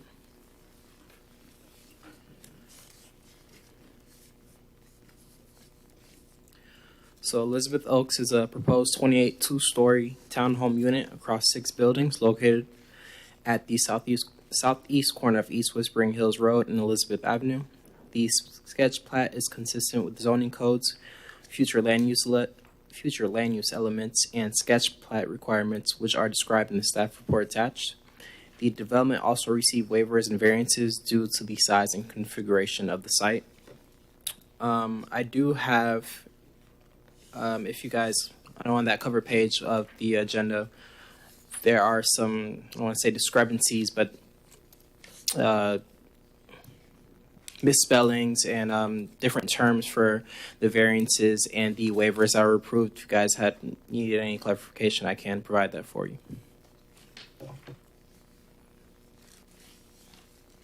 Any questions for staff?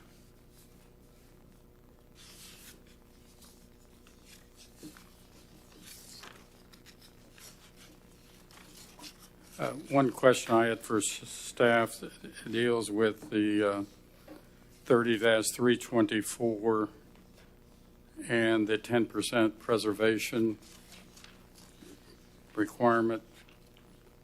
Does this project comply with that, or is there a variance to that, or what's the status of that?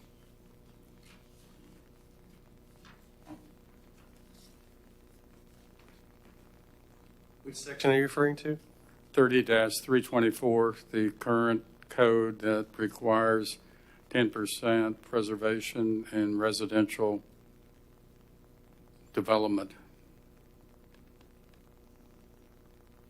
So this plan has only been reviewed for the sketch plat and has not been reviewed for landscape plan, if that's what you're referring to, and preservation. So Well, the there reason could be why I asked that modification. question is because if as designed it doesn't comply, then they'll have to modify the sketch plat. And minor modifications would not necessarily have to come back to the commission. Minor, yes. Yeah. I- So I as have long no as idea. and we've made the applicant aware of what's required of the code. So if there is something here that needs to be brought up during the site plan stage that might require a major modification, that obviously would have to come back before you.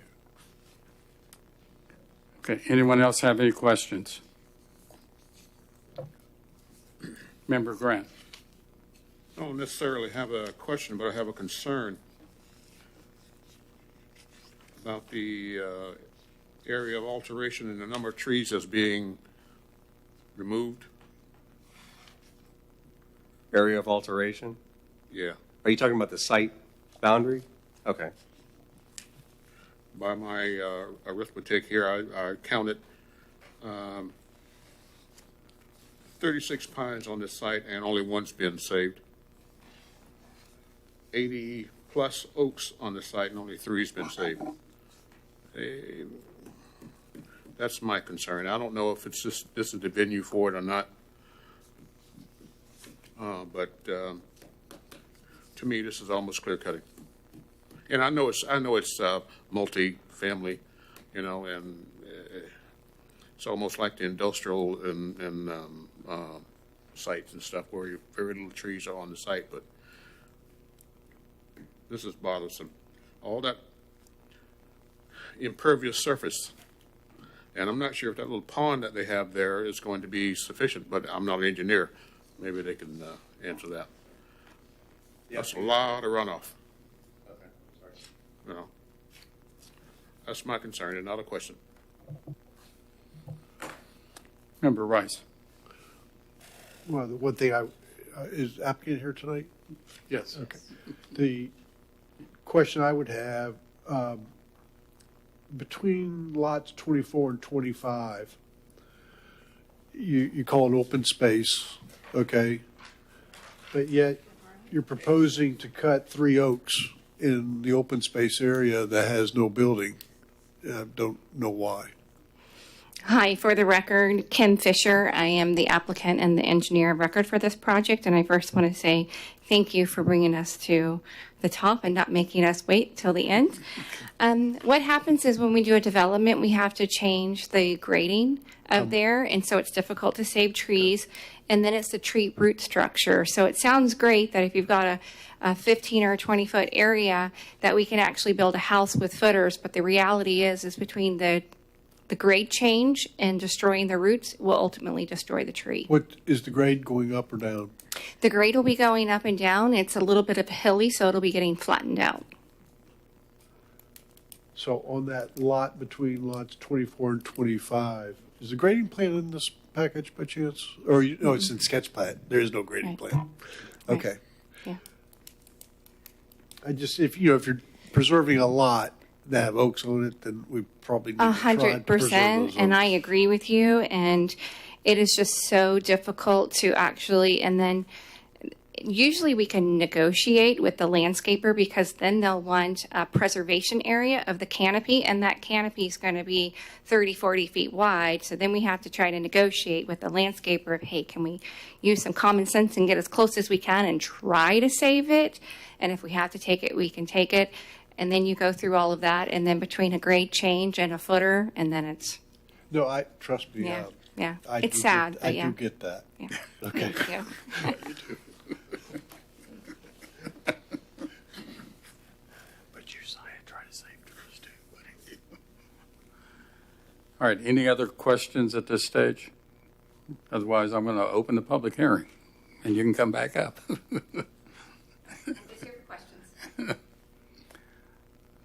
The applicant is here to answer questions. If anyone else has any questions.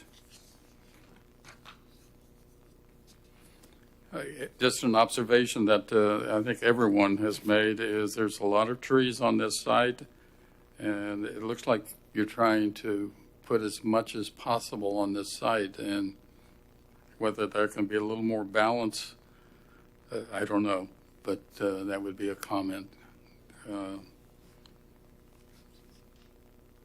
This commission has had a lot of conversation about trees recently, so we look at that. Member Rice. Based on what staff said earlier, because this is just a sketch plat, you realize that there is a 10% canopy, preservation area requirement, and that you will have to address that during the site plan review process. Right. We are meeting code when it comes to landscaping, and along our east, I'm trying not to say right and left, along our east and our south is where we've got some landscaping buffers that will also encompass that 10%. And with respect to the trees, we are coming into compliance with all city code. So as I understand you are meeting the 10% requirement. Right. Along our perimeter, that is in our buffer area. Mm-hmm. Well, currently it doesn't say it has to be in the middle of the site. It can be along the perimeter if that's currently.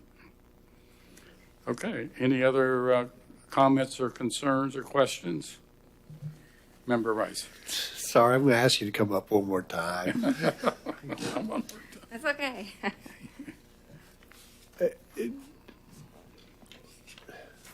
Because it's an open track there, can your engineer just really look really hard at saving those trees in the open track? I'm not saying the ones that are in the building footprints, I get it, but if there was an alternative way that he could maybe save. Or she, because I'm the engineer. Oh, you are? Okay, great. I prefer thought she. You were the owner. I thought you were the owner of the project. Okay. Sorry about that. Yeah. No, it's okay. She's the designer. But if if there's a way for you to, Absolutely. to look Absolutely. at that, because it would help you with your preservation 100%. credits too. Okay. 100%. Can I sit down? Any other questions? Do we have a motion on this item? Member Rice. I'll move for approval. Do we have a second? Second. Member Aton seconded. Any discussion on the motion? If not, roll call. Oh, Member Member Aton? Spidell, did you have a question? I do. Has the engineer availed herself of the 1,000 pages of the proposed Save the Tree? No, I don't like reading. I heard it was coming, but all we could be held to is current city code. Okay. So you have no knowledge, no real knowledge of proposals that are Only now with before- discussions with staff that it's been working through the process. Staff has been really great, and we do thank staff for all of their help with this project. But no, have I read it?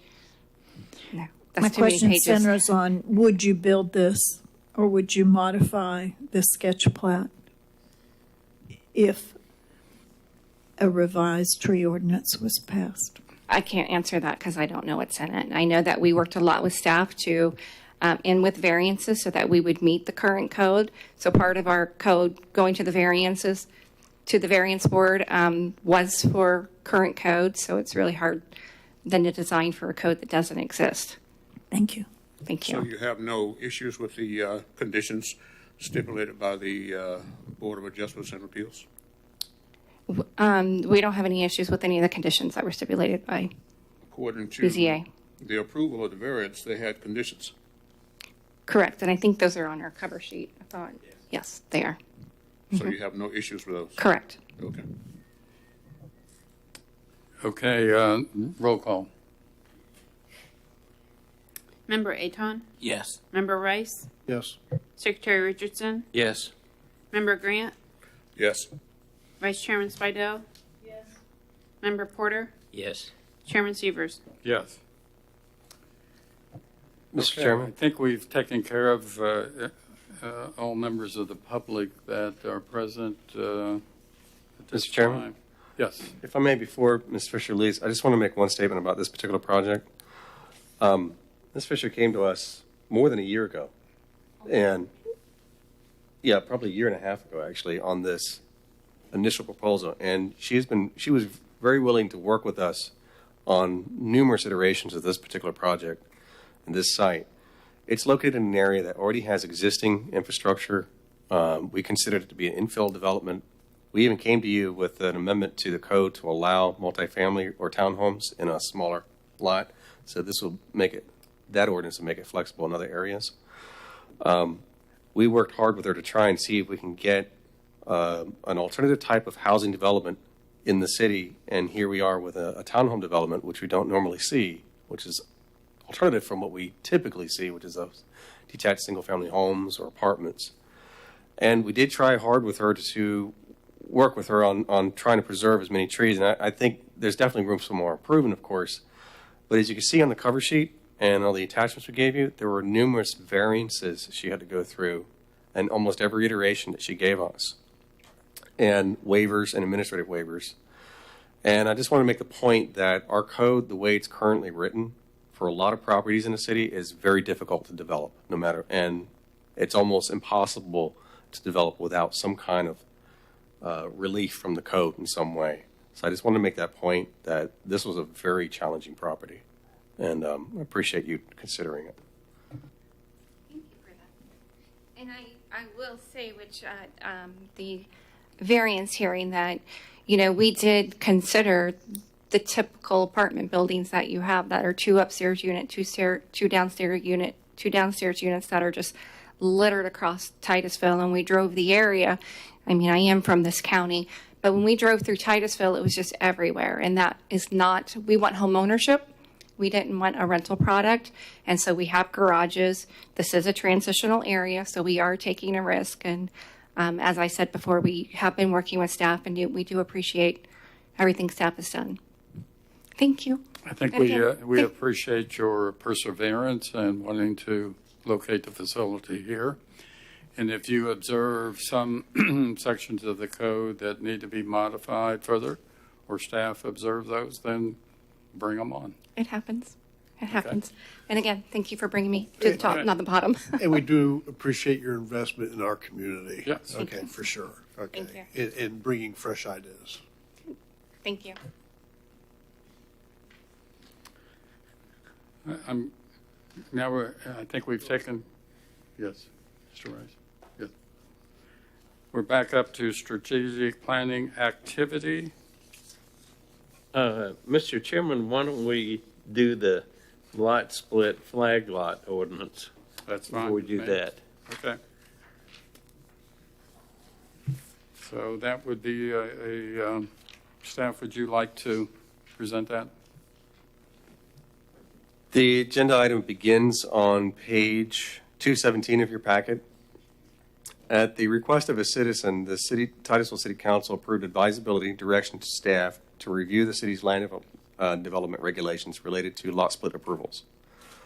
A lot split is the process of approving the creation of 2 lots from one existing lot. Pursuant to the Florida statutes, the creation of 3 or more lots is considered to be a subdivision, and the code contains requirements for these situations. The staff is recommending removal of this current lot split process from the code because there is currently no mechanism to ensure that lot splits are reviewed by the city prior to recording of the deeds with the clerk's office. What this is referring to is the scenario where someone has a piece of property, splits it and records a second deed. They can just go to the clerk's office or the county clerk's office and get it recorded without having to come to the city. Some cities and counties have regulations on that, and then property owners don't know about it until they come in with a request for a permit to build a house or a structure on it. And they realize that whoever that previous owner was that split off that piece of property and recorded it might have created something that's non-conforming. So this is trying to not resolve it. It's just trying to recognize it that that's something we can't control. We do offer applicants and property owners that do their correct due diligence in asking us what they can and can't do on their property. We always set aside a little bit of time to look at what they're proposing to see if the new division of property they're trying to do or split they're trying to do is going to meet our zoning code, and we always are happy to do that, regardless if it's a formal process or not. So what this is doing is just getting rid of that process right now. The other part of this ordinance is about flag lot requirements. It's not changing them, it's just moving them to another location. Because right now our flag lot requirements are inside this lot split provision in our code. So the ordinance begins on page 219 of your packet.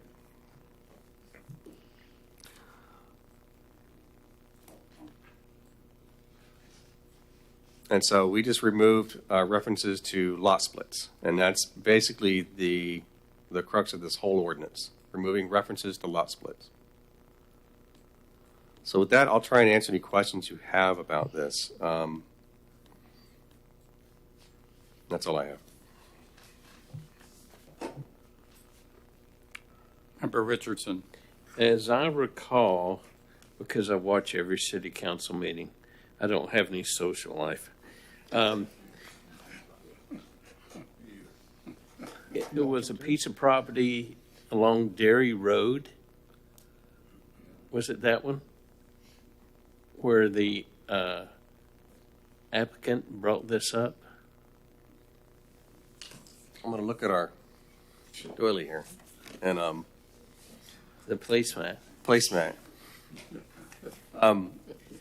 I don't recall a particular property where this is referenced to off of Dairy, but I do recall a piece of property off of Parish Yeah. and Singleton. And there are a couple of examples that have come up since then. Okay.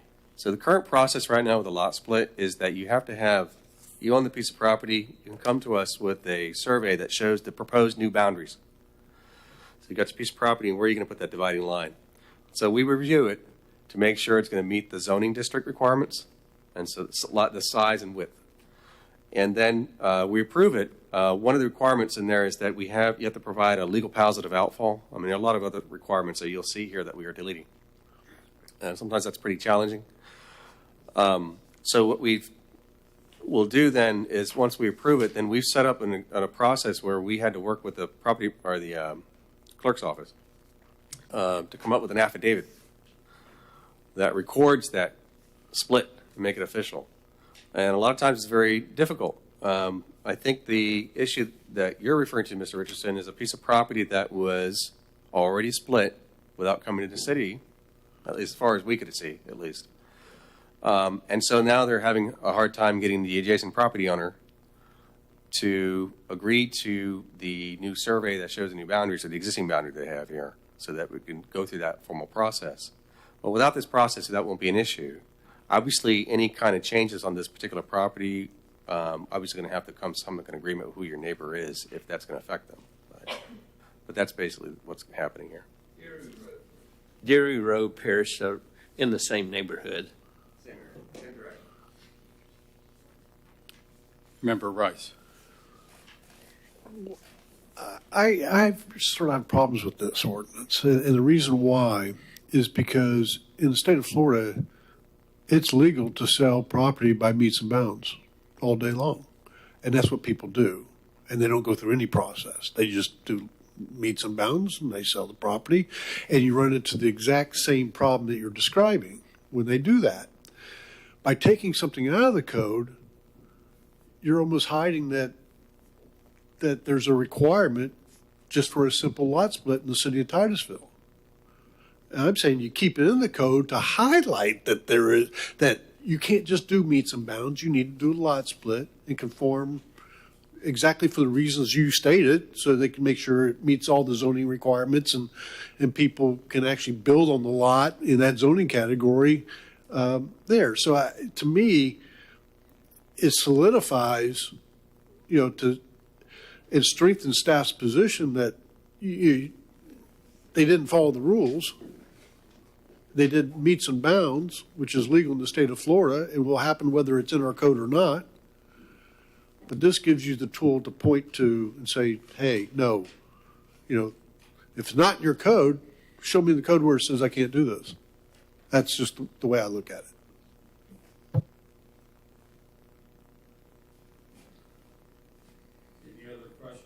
Any other questions by the commission for staff?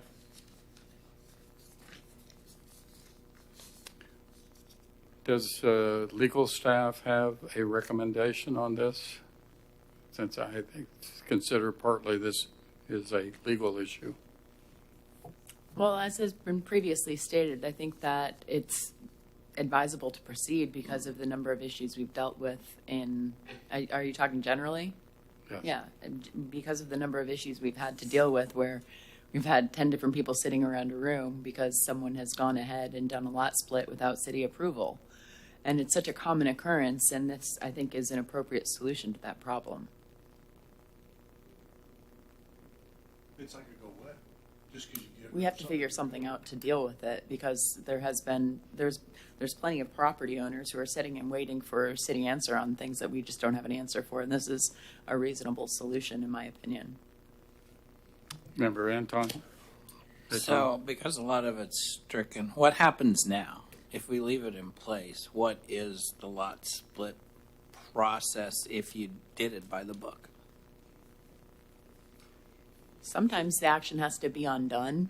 It depends. Every case is case specific. I'll let Brad say if he has anything further, but we have to look at each case on the details of what has been done and hasn't been done. If you look at page 220 and 221 of your packet, you'll see the provisions that we deleted here. Those are requirements of a lot split.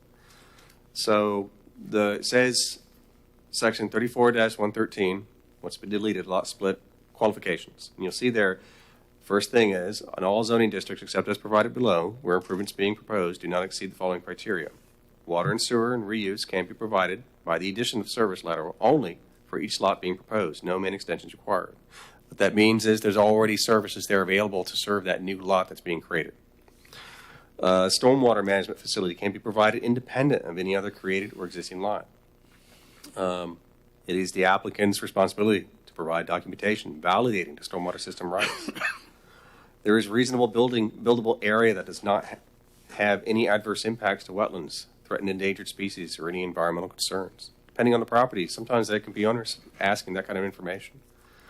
The next one, lots cannot be subdivided, split in such a way as to increase development density or intensity in a special flood hazard area. Well, that's pretty obvious.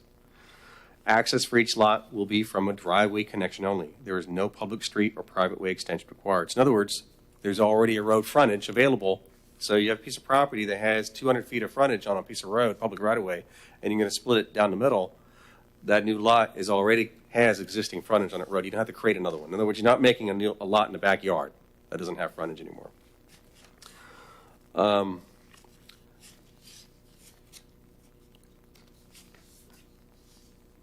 I think the stormwater one was the one that was typically the most challenging. KB's still here. You could probably answer his experience, or maybe respond to his experience with dealing with lot splits and the requirements of, well, if you can't provide, at the very least, you have to provide a legal positive outfall. And sometimes that can be pretty difficult when you are having to go speak to an engineer just to create one particular lot. I don't know. So those are the requirements of a lot split. If this ordinance is not approved, those requirements will still be in place. That's the process right now. And we have had that process in place for several years.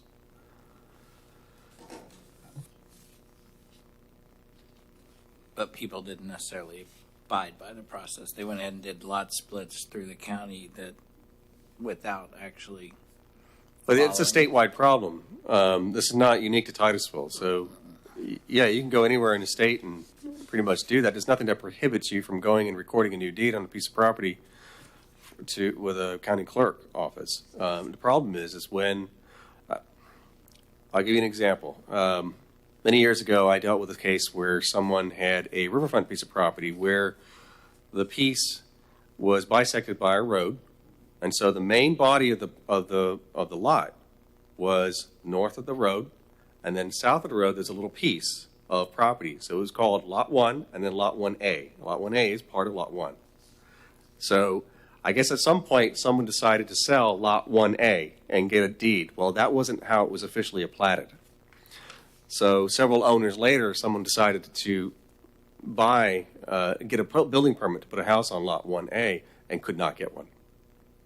And so, I'm not sure if that's just because people are unaware of the process. Every jurisdiction addresses it in a different way because it's left up to them, because the statute only addresses creating lots that are 3 or more.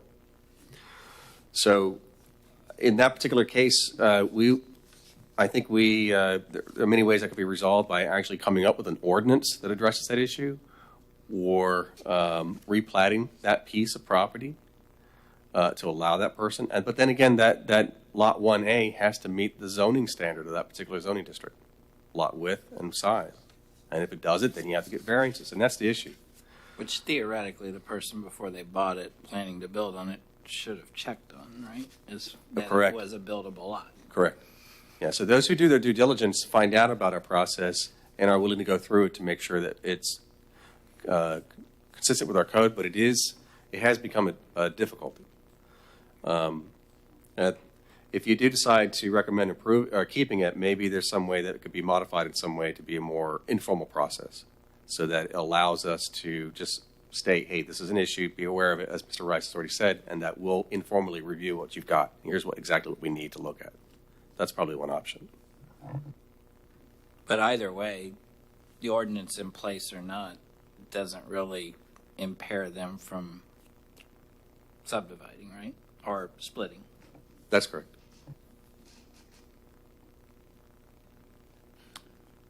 Anyone else have any questions? Do we have a motion on the ordinance?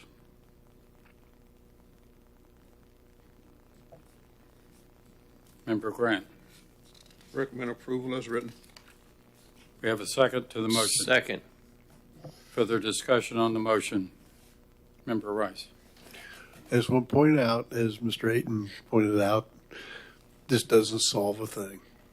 It's still the same problem, whether it's in the code or not in the code. It does not go away. Any further discussion? Roll call. Vice Chairman Spidell? Yes. Secretary Richardson? Yes. Member Porter? Yes. Member Rice? No. Member Aton? Yes. Member Grant? Yes. Chairman Severs? No.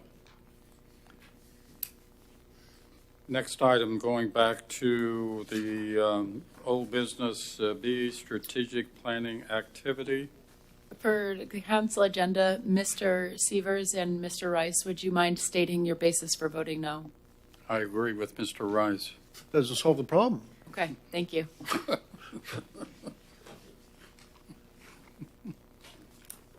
The planning activity, the strategic planning activity there on page 216 of your packet. And I've also given you hard copy handouts of that particular page for you.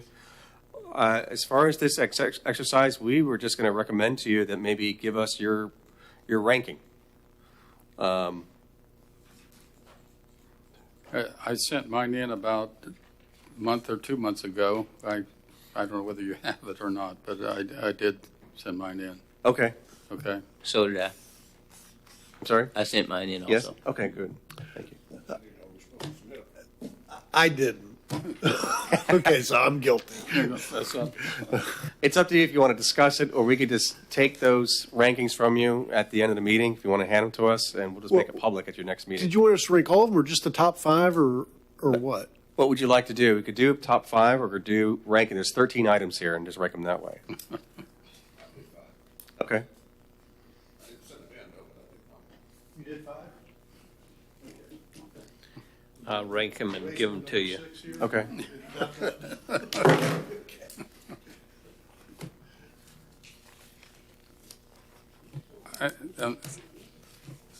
Unfortunately or fortunately, communication with City Council is on here, and after being at the, I guess, last 2 meetings, well, this really relates, I'll get to that later then. Petitions, requests from the public present. Do we have anyone like to be heard? Not seeing anyone. Reports. Summary of action. Summary of actions on page 343 of your packet. I guess my question is, what did we do wrong? I thought Mr. Rice made an excellent motion and suggestion that when the proposed brew pub is within 100 feet of a residential use, then there would be a conditional use process. As I recall, brew pubs, we looked at outdoor seating, we looked at noise, we looked at lots of issues. We were told not to look at those issues, to handle those separately, and we did what we were told. And then it comes before council. I guess, Mr. Parrish, what I'm asking, what did we do wrong? I assume there's internal discussion by staff of our recommendation. Staff did not feel as though our recommendation made sense, so that maybe you would endorse that and tell the city council that. I mean, what are we doing wrong? Is this I have to ask it that plainly. Is this in reference to brew pubs? Yes, I'm just using that as one example. Sure. Well, we brought your recommendation to City Council, and at their first meeting, they asked us for some analysis.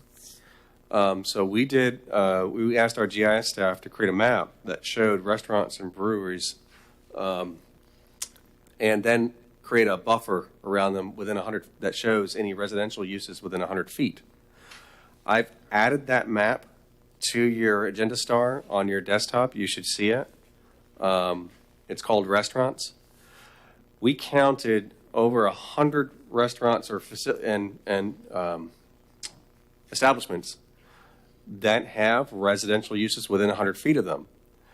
When that was provided to City Council, they asked us what we thought of that, and we didn't see. And then we also called code enforcement to see if they saw any issues.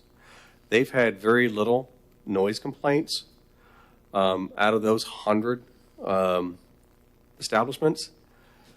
When we didn't see that there was Let me interrupt you. We're Sure. talking about brew pubs, not restaurants. Well, this was so the council asked us to do that analysis because brew pubs in the ordinance were similarly related to restaurants and bars. And so that's what council wanted us to do. They wanted to see if there was a correlation with any noise complaints and those kind of establishments within 100 feet. Now, what we did was we told them we didn't see an issue there. However, we did tell them about the city's code right now has an after-hours permit. And that regulation appears to be what's really working. So a lot of these establishments have an after-hours permit, and if they violate it with noise complaints, that can easily be revoked. And just honestly, from what I understand from code enforcement, just the warning that could be revoked is enough to bring establishments into compliance. And I think that's what City Council heard, and that's why they considered going ahead with approving this without that condition that you had recommended. However, I do want to add too that they also said that they want to monitor this, especially when the discussion about outdoor seating that they decided not to go forward with.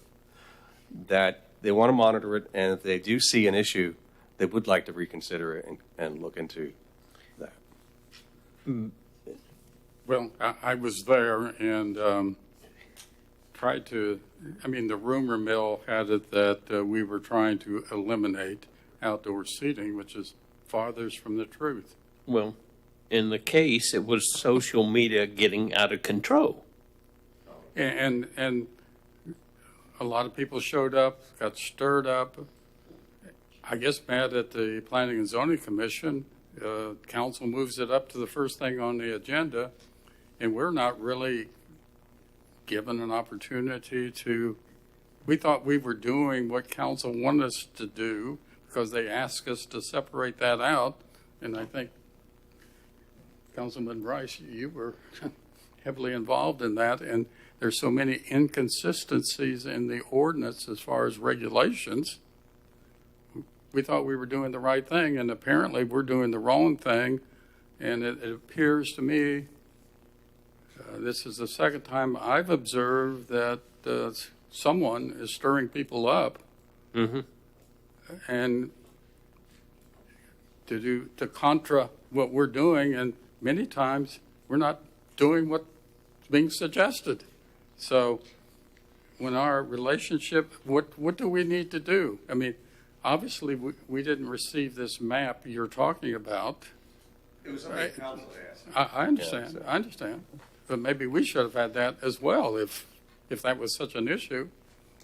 And I mean, I just hate to see the basis of the decision about whether something is regulated is, well, we'll send the police out and they can handle the problem rather than reasonable regulation that prevents it up front. And I think that's the way the Planning and Zoning Commission was trying to approach this, and rather than having it brushed off that there's no real problem. When history has told me there can be real problems dealing with music and noise and adjacent single-family residential. So, Member Rice, I'm venting.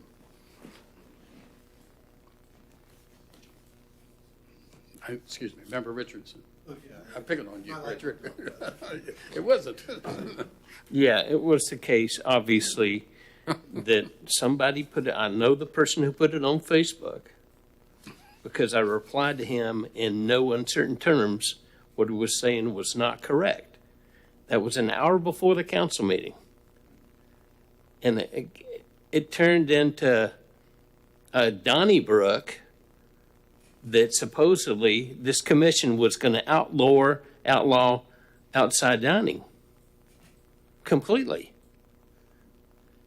And the staff person, which is not either of you, would not stand up for our defense. That is not what we said. And it went on, and finally Chairman Severs got up and made the point at the end of the item that we just wanted to address inconsistencies. That's it, inconsistencies. You know, council said, I think it was Mayor Diesel, said, well, is that all you're talking about? And so they voted it down. And we did nothing. And I'd just like to continue with the communications with City Council talking about the tree ordinance. We worked 2 years, and we weren't the only ones.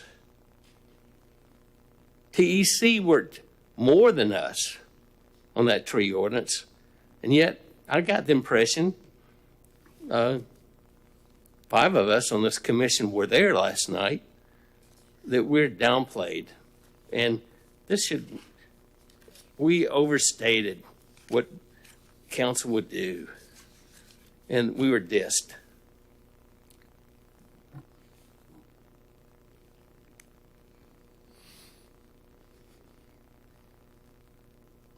Anyone else? Technically, we're on the summary of action. Well, a couple things. First of all, I don't subscribe to any social media exactly for that reason. Okay, so I just not know, or do I care what social media says? And all I try to do up here is do my best with the tools that we have. And, you know, City Council thought enough of each one of us to appoint us to this board. And I would hope that when City Council says, Woody, you're not serving in the capacity in which we would like you to serve, they would tell me, because I'd be, I'll step down. I don't have a problem with that. And we have to face who we are. We're a recommending body, and that's all we are. And at the end of the day, the buck stops with those 5 council people that have to make those decisions. And do we always have meetings of the mind? Probably not. In fact, I'd say we don't always have it. But we're a diverse group. They're a diverse group. The difference with sitting on P&Z and City Council is City Council has to look at things in a very big picture element. And when I say that, it's how does it tax the city resources? How does it affect the tax base? How does it economics? How does it protect the citizens? How does it preserve the environment? How does it do, all these things? They have the big picture that they have to consider. So I don't really get my feathers ruffled too much. Because I don't have to make that decision. I make a decision as a P&Z member and just share my experience and my knowledge with things as they come at us. And I think that's all we can do as a group, and just accept it for what it is. That's just my thought. Thank you, sir. Member Richardson. I would just add to that. A lot has changed since I was on council in the late 70s. And I think you were on council, Woody, in the early 90s. And Dwight served as city attorney for over 42 years. And a lot has changed. A lot has changed. And that meeting was a victim of social media gone out of control. And whether you have us, say in that social media or not, it did get out of control. Okay, Can I just say one thing? one thing. Okay, one thing. Okay. Took you up on it. Having been on staff also, I can't say that I would ever look at social media to defend any position. I don't think that's staff's preview to do that at all. Okay? These guys have a lot on their plate, and you're just trying to get your work done and move on. You don't have time to see what's happening on Facebook or Twitter or whatever, these Instagram or these other things. So I can't say, staff is supposed to step up and defend whatever. I hope staff doesn't waste their time. I'd be a little more upset if you guys were in your office looking at social media all day long instead of approving site plans, quite frankly. Okay. In no way did I intend to indicate that. Okay. It was council that was stirred up by social media and the amount of people they had here. Okay, as I see it, we're at city staff reports. There's a couple things I wanted to bring your attention to and remind all the members that there is an online GIS maps that I would encourage you to look at. We have one there. It's called Development Applications under review. And I just want to tell you that we have right now 45 site development related projects in some kind of review, development, construction, informally, whatever it is. Wow. We're inundated with a lot of requests. And that doesn't include some of the comprehensive plan amendments and small scale comprehensive plan amendments and a couple of conditional use permits that we have in review right now that will be coming before you.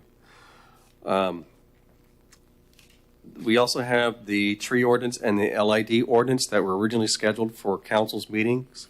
Those might be tabled, continued, or rescheduled. I think the tree ordinance is going to be continued, most likely. We'll see what council decides to do ultimately. And the LID ordinance most likely into August as well. I also want to remind you about the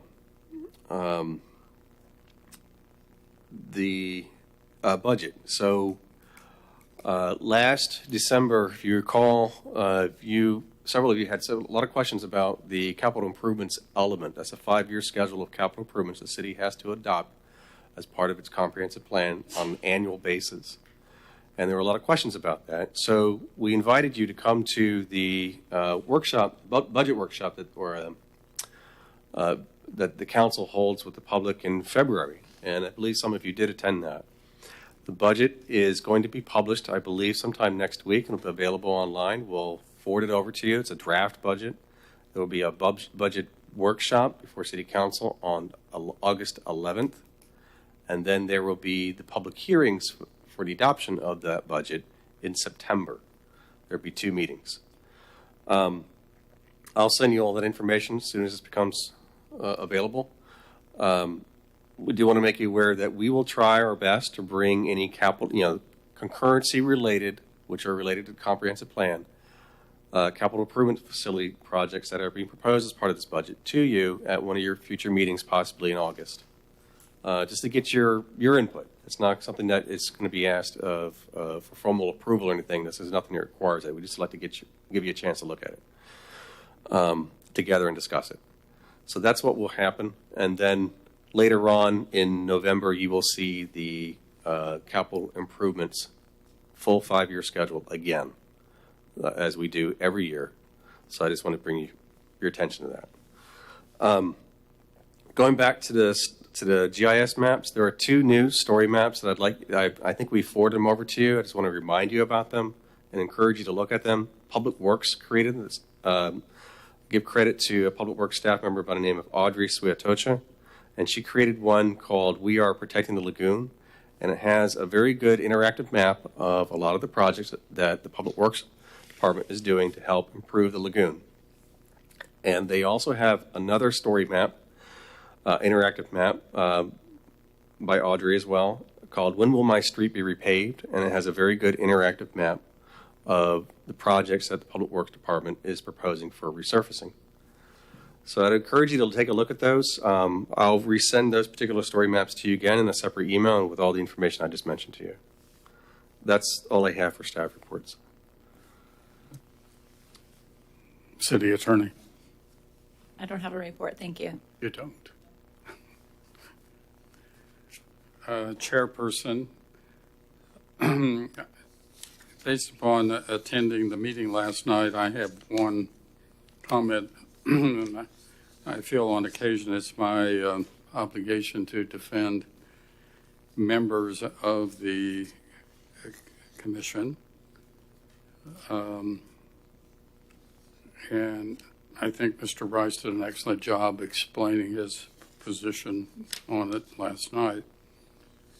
Whenever I receive from Peggy Brusaka the tree protection workshop document, it had attachments that consisted of the staff proposed ordinance, P&Z recommendation, Appendix A, TEC recommendations, compromise ordinance, council direction, comparison of city and county codes, tree canopy by jurisdiction. As Mr. Richardson indicated, 5 of us were there. Mr. Rice was there. And when we saw the PowerPoint presentation, Mr. Rice's ordinance he had shared with us on the Planning and Zoning Commission was listed as one of the attachments. This is really a comment question to the city attorney's office and also to the administration. How did that happen?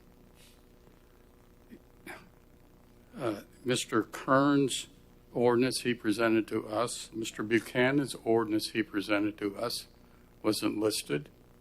I think it's totally unfair to Mr. Rice. He very aptly explained that he did that to assimilate all these together and collect his thoughts so he could present it to the Planning and Zoning Commission. For someone in staff to pick out his ordinance and whether you want to call it highlight or what, is not appropriate. Is not appropriate. I don't think Mr. Rice thought that was appropriate either.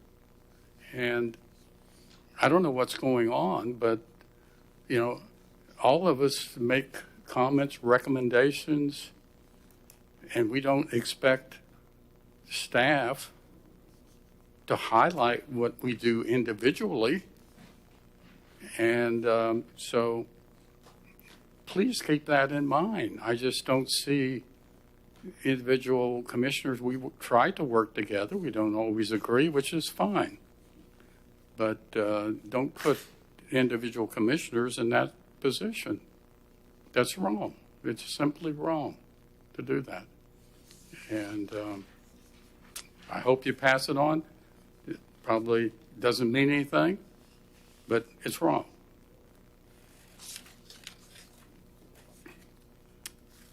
Other members, do you have any comments? Member Price. Well, first of all, you know, it was public record, so I mean, sure. You know, if public requested, that's fine too. But a couple things for staff tonight on the agenda. In the agenda packet, the engineer signed and sealed a plan, and it made your complete document. Which item? Huh? Which item? The whole agenda. The item, it was on page 95, was the signed and sealed document. But it made it where when I was reviewing, I typically pull it in my PDF and I can write on it. And I put all my notes in my PDF so I don't have to bring a bunch of paper. And it wouldn't allow me to do that because there was a signed and sealed. And you're not allowed to change signed and sealed documents. But I don't know how it did it, but it did it to the entire agenda. And I couldn't change anything. I mean, I couldn't write on it. I don't care about changing it. I just want to put my pencil marks on it and highlight sections that I want to talk about. Okay. And so it just made it difficult. You might want to check into it. At least it didn't work that way on my computer, and that's the first time that had happened to me. The other thing, because I had to work a little differently. In the agenda, I mean, and I like to have input from my fellow commissioners. When you put the agenda together for each item, could you put in parentheses the page number of which each item starts? Especially when you have a 300 or 400 page document out to the side. We agree.